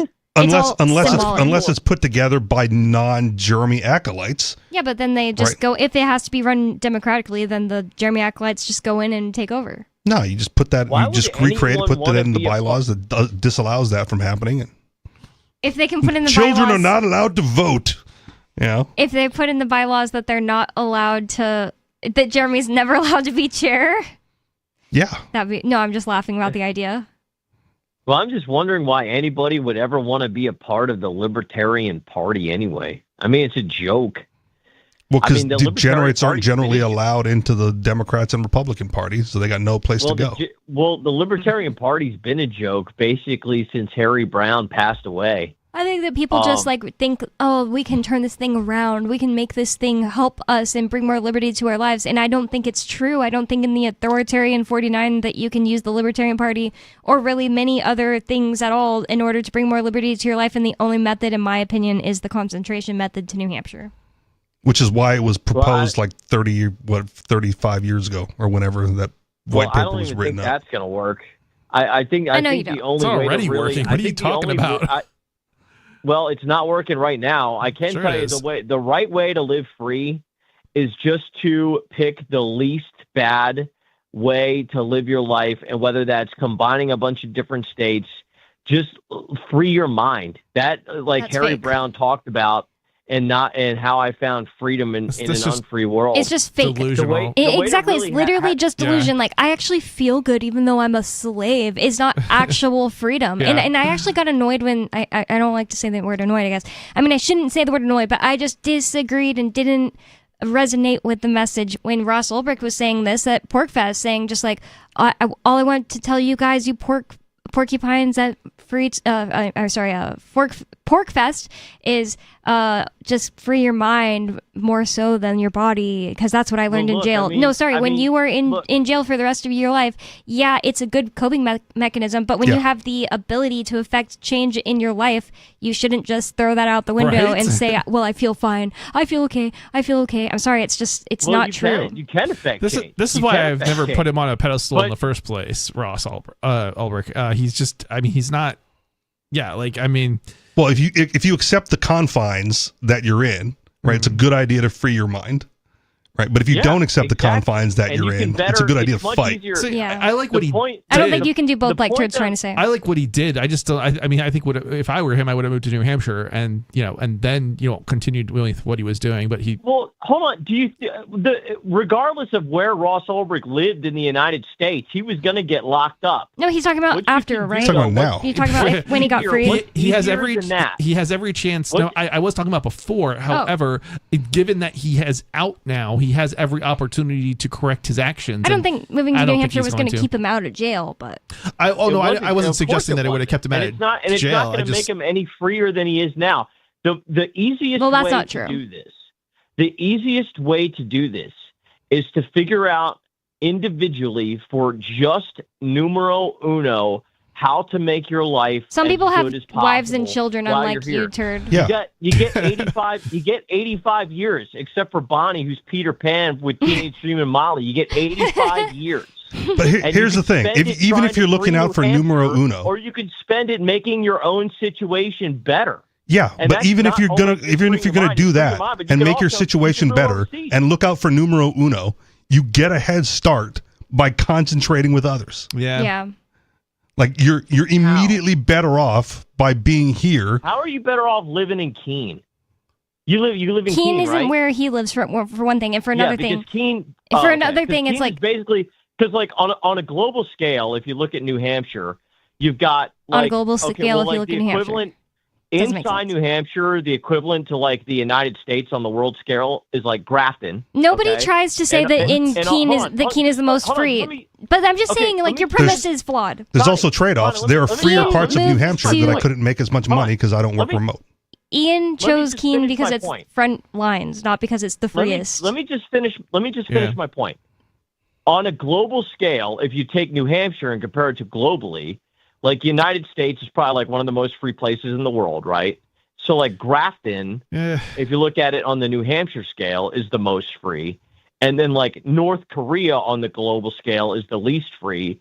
And Keene is the least free in New Hampshire. I don't think it's the least free in New Hampshire. I think that'd be a different city. My point is you're already violating your own logic. That's not logic- true No, because 'cause I'm there's not here trade-offs. because it's the freest place in New Hampshire. I'm here because Ian chose it as like a frontline place. The reason that we Yeah, but moved you to could be even freer. What if are you the go move to Grafton. what are You the could actual go- it's like not about that, dude. things It's that I can about do? working You could go towards concentrate achieving in that. It's, Grafton. No, you need to concentrate in one state. This is the same conversation we had yesterday. You're just copying Chad. We need to grab the whole state because it doesn't I make didn't any listen sense to the move show to last one night. place. I had to work at the club last night. I Okay, maybe you're not copying Chad. But last night somebody called in and was saying, no, what you need to be doing is like a free city or town or Orania, Yeah. but in New Hampshire and not doing the whole state. There's trade-offs. Look, by your even if you don't like that argument, by your own logic. No, that's not true. It's not that is not true It by is my own true. logic because my own logic tells Hold me on, things that hold are on. reality, such as that there Hold on. are Is things the like purpose- no, because like you Thank you. talked a lot and I want to talk. So first of all, one thing that's true is that if you concentrate everyone in one spot and you don't actually try to free the whole state, the state has the power over you. So like if we don't have people changing laws statewide and we only have people in a 3,000 people Orania village in one spot, the state can go after us. So there's yeah, that. I mean, one of the reasons that we've been successful in New Hampshire is because we are spread out and we're winning offices, in different parts of the state, which then builds up the amount of representation we have at the state level, which is what it's going to allow us. One, it's allowing us to have influence already, but it's going to allow us to make more major changes down the road. If we're concentrated, then we'll have like one rep or two reps or whatever, or three or four at the most. Versus if we're spread out a bit more throughout the state, then Plus, how are we going to get we can people have to move disproportionate here representation. if we're trying to tell them that like their lives will be confined to this 3,000 people village and they can't have any of their own talents and interests? You like, would have far fewer people moving. fewer people would move. And whereas you could move to Grafton, like for me personally, I don't live in Grafton because I have to have a regular job. Yeah, right. I don't work remotely. I like going to stores. And this is one of the reasons. That's why I don't want to go to an island. This is one of the reasons New Hampshire was picked is because it has one, besides it being liberty leaning, New Hampshire wasn't picked because it was the most libertarian leaning state. It was picked because it has the most it has the best prospects for change. The most accessible legislature. Right. And one of the examples, like Wyoming, I think Wyoming was one of them. Yeah. That may have been even above Free New state Hampshire Wyoming. as far as freedom is concerned. But the reason Wyoming's not a good state is because it's such a rural state and so spread out. You would never be able to get people are leaving Wyoming. They're not going to Wyoming because there's no jobs, right? And the economy, if you do move to Wyoming, there's a very, very small number of like types of jobs that you'd be able to apply for. And I don't know about you, but I'm not going to be a rancher, right? Like it's just not happening. It's not libertarian jobs.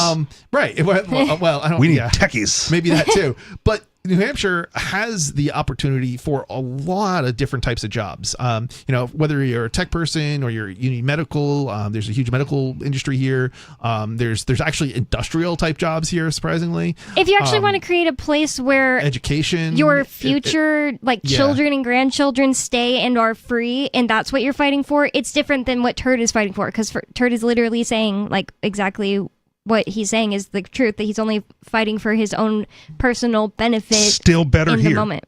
Yeah. Still better here, even if you're for your own personal benefit. I'm not fighting for what I want so much as, personally in terms of different freedoms, because freedoms are it's universal freedom, right? And this is why I don't really care what we're fighting for. If somebody's fighting for something here, I'm going to get behind them and support them, because it doesn't really matter to me what particular freedom that we expand on so much as that we are seeing expansion in freedom. Yeah. So a long time ago, I had a conversation with my dad. I was talking to someone else about this as well. And my dad said, to paraphrase again, I am free because I don't want to do anything illegal. Right. But his box was smaller than the state box, which is fine. So he's as free as he needs to be. Right. So if all you want to do is like go to the club and spend time fixing up your shower and bang teenagers, right, then Shrewsbury's probably as free as you need to be. Oh, I thought you were describing your dad, so I was a little like distracted. I was like, what? No, because he's already free. Like I don't want to do anything illegal. Like, why do I need more freedom if I can do everything I want to do? Because there's nothing I can't do that I don't want to do. Right. This is it. I go to work, I go home, I sit down, I put on the sports, I'm free. Right? Turd goes to work, fixes up his shower, goes to the club, tries to hit on teenage girls. Fails. Maybe. Who knows? Just kidding. Right? Well, at least with the gym chick, right? I remember that, right? but like he's as free as he needs to be because he doesn't want to do anything more. Yeah, this is just kind of silly to me. Like I'm not a big drug user. You know, I don't need decriminalization for personal use. I still want to see decriminalization, but it's well, we have it. But the point is, I don't care. Like it doesn't affect me personally, but that doesn't mean I don't want to see it. And that's, I think, the difference between libertarians and like others, right? Like, you know, the Republicans want certain freedoms, like gun freedoms, for example. And I want untold goodness that we probably can't even imagine to unfold in some place for people who want it. People who don't want it, I actually want them to stay away from New Hampshire. Oh yeah, for sure. If you just want one kind of freedom, you're not a libertarian. Please don't move to New Hampshire. Yeah, that's true. We were talking yesterday on the show about how there are people with like pet freedoms that care the most about their own freedom, or care the most about this one freedom or two freedoms.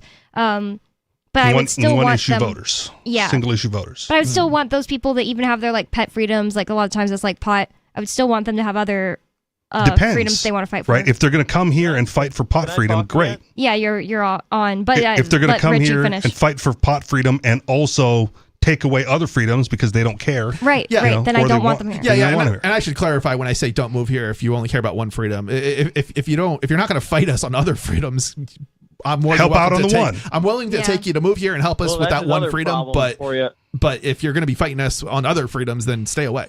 What's another problem? We need to have for a sales. We're going to legalize drugs. We need to have a sales tax. Yeah, if you're going to come and promote legalization of drugs, but then you're going to demand a sales tax for it, stay away. Right. I've never demanded sales. Well, first of all, you said a lot of things. No, it wasn't about you. It was that was a hypothetical sales tax person. But I'm just going to try to respond New Hampshire to everything. I'm probably going to miss a few things because I've forgotten them already. But first of all, Chris, you're totally wrong. Wyoming's population's growing right now, so that's a statistical fact. You can just look up. Anybody can. But just a few more things.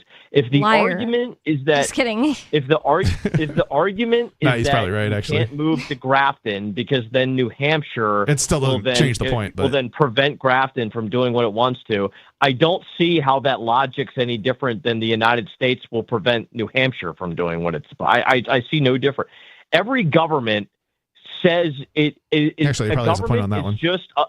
A government is literally just a monopoly. Listen, I do believe that you're right that the United States will eventually turn its ire towards New Hampshire, but the thing is we'll have a fighting chance. You don't have a fighting chance if you're the one libertarian in San Antonio, Texas. You got to start somewhere is what it ultimately boils down to, dude. And eventually maybe we'll get lucky. These are like the same kind of arguments when somebody's like, oh, but you don't have all your freedoms right now. It's like, okay, it didn't happen immediately. Yeah, I'm not moving until you're the actual free state. That argument does hold water because it is true. But my point though, no, because they're still not any. They're worse off wherever they are. Yeah. All right. Well.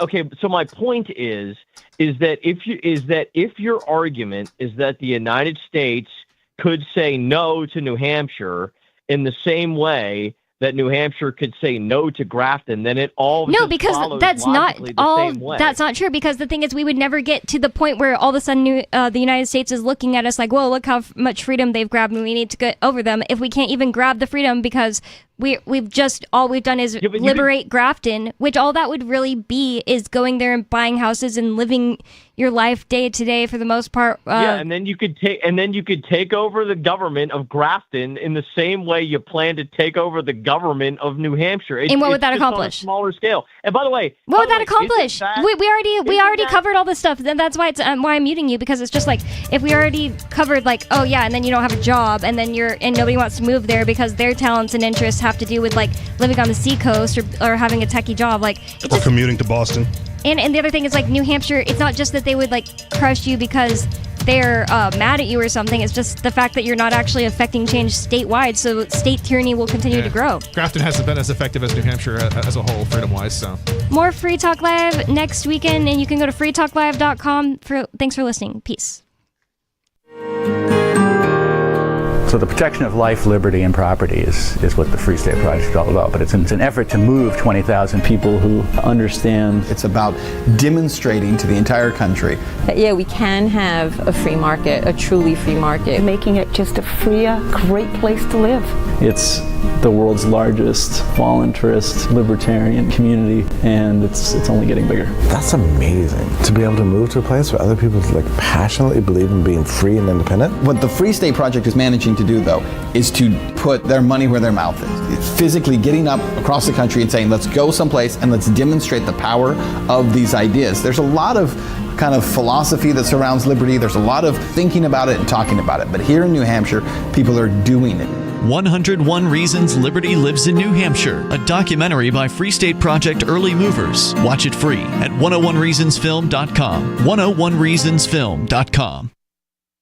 Are you tired of your taxes funding endless occupations around the world? Antiwar.com is run by people who understand that wars abroad become wars at home, wars on our freedoms. Antiwar.com is dedicated to bringing you the latest in news, views, interviews, and reviews from the top movers and shakers in the anti-occupation movement. Antiwar.com has it all, from thorough foreign policy analysis to interviews with whistleblowers who used to run the military-industrial complex. Anti-war, pro-free market. That's antiwar.com.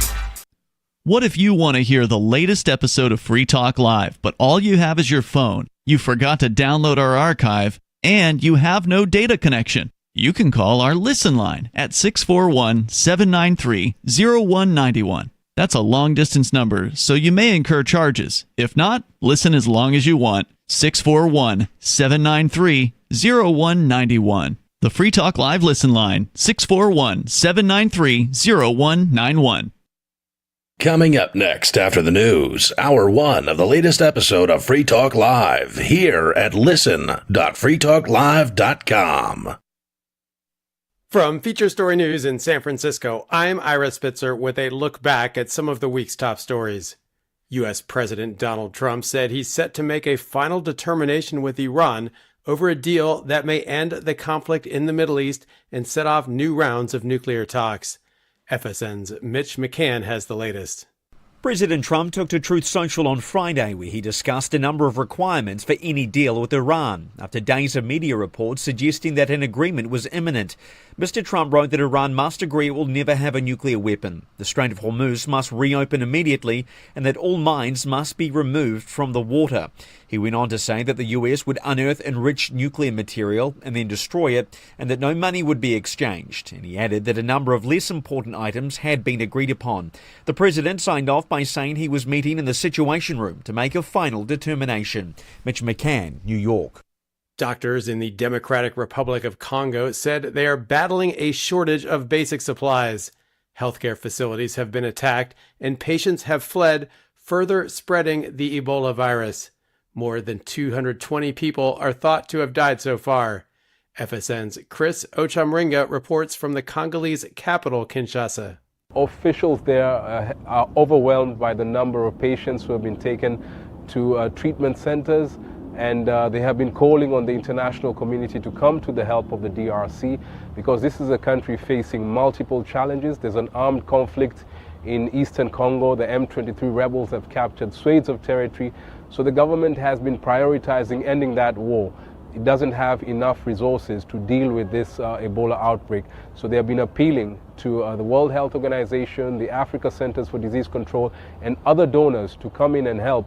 And a number of them have already responded very positively and have committed to send in money to help stop that disease from claiming more lives. Pope Leo unveiled a manifesto laying out the Catholic Church's position on artificial intelligence. FSN's Europe correspondent William Denzelo reports.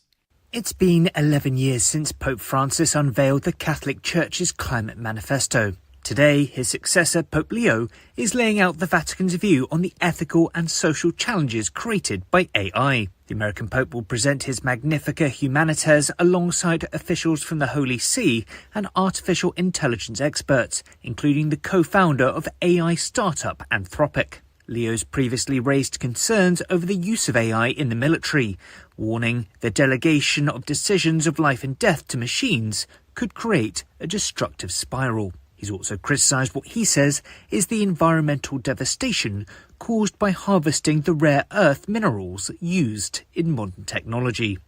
From Bureaus Worldwide, this is FSN. The French Prime Minister convened a special meeting of ministers to discuss the government's response to an ongoing heat wave. It was a week of unseasonably hot temperatures. FSN's Ross Cullen reports from Paris. The Italian cities of Rome, Bologna, Florence and Turin are on red alert because of the heat wave. Meanwhile, northern Spain has seen temperatures of 43 degrees Celsius. France is also continuing to sweat in the spring heat wave. The government is coming under pressure over the growing number of drownings as people of all ages have got into difficulty while trying to cool off in rivers and the sea. And the Czech tennis player Jakub Mensik collapsed on course at the French Open following his second round win in sweltering conditions at Roland Garros. Ross Cullen, Paris. The foreign ministers of the Quad grouping, India, the United States, Japan, and Australia announced a slew of measures to bolster ties in the Indo-Pacific region. It included a new critical minerals initiative and an energy cooperation mechanism as countries face rising fuel prices and supply shocks due to the blockade of the Strait of Hormuz. FSN's Ishan Garg has more from New Delhi. A critical minerals initiative, another one, an energy initiative announced by the US. And on top of that, for the very first time, Quad countries are coming together to launch a new port building initiative that will be done in partnership with the country of Fiji. And the idea behind all of this seems to be that the Quad countries are focusing heavily on ensuring what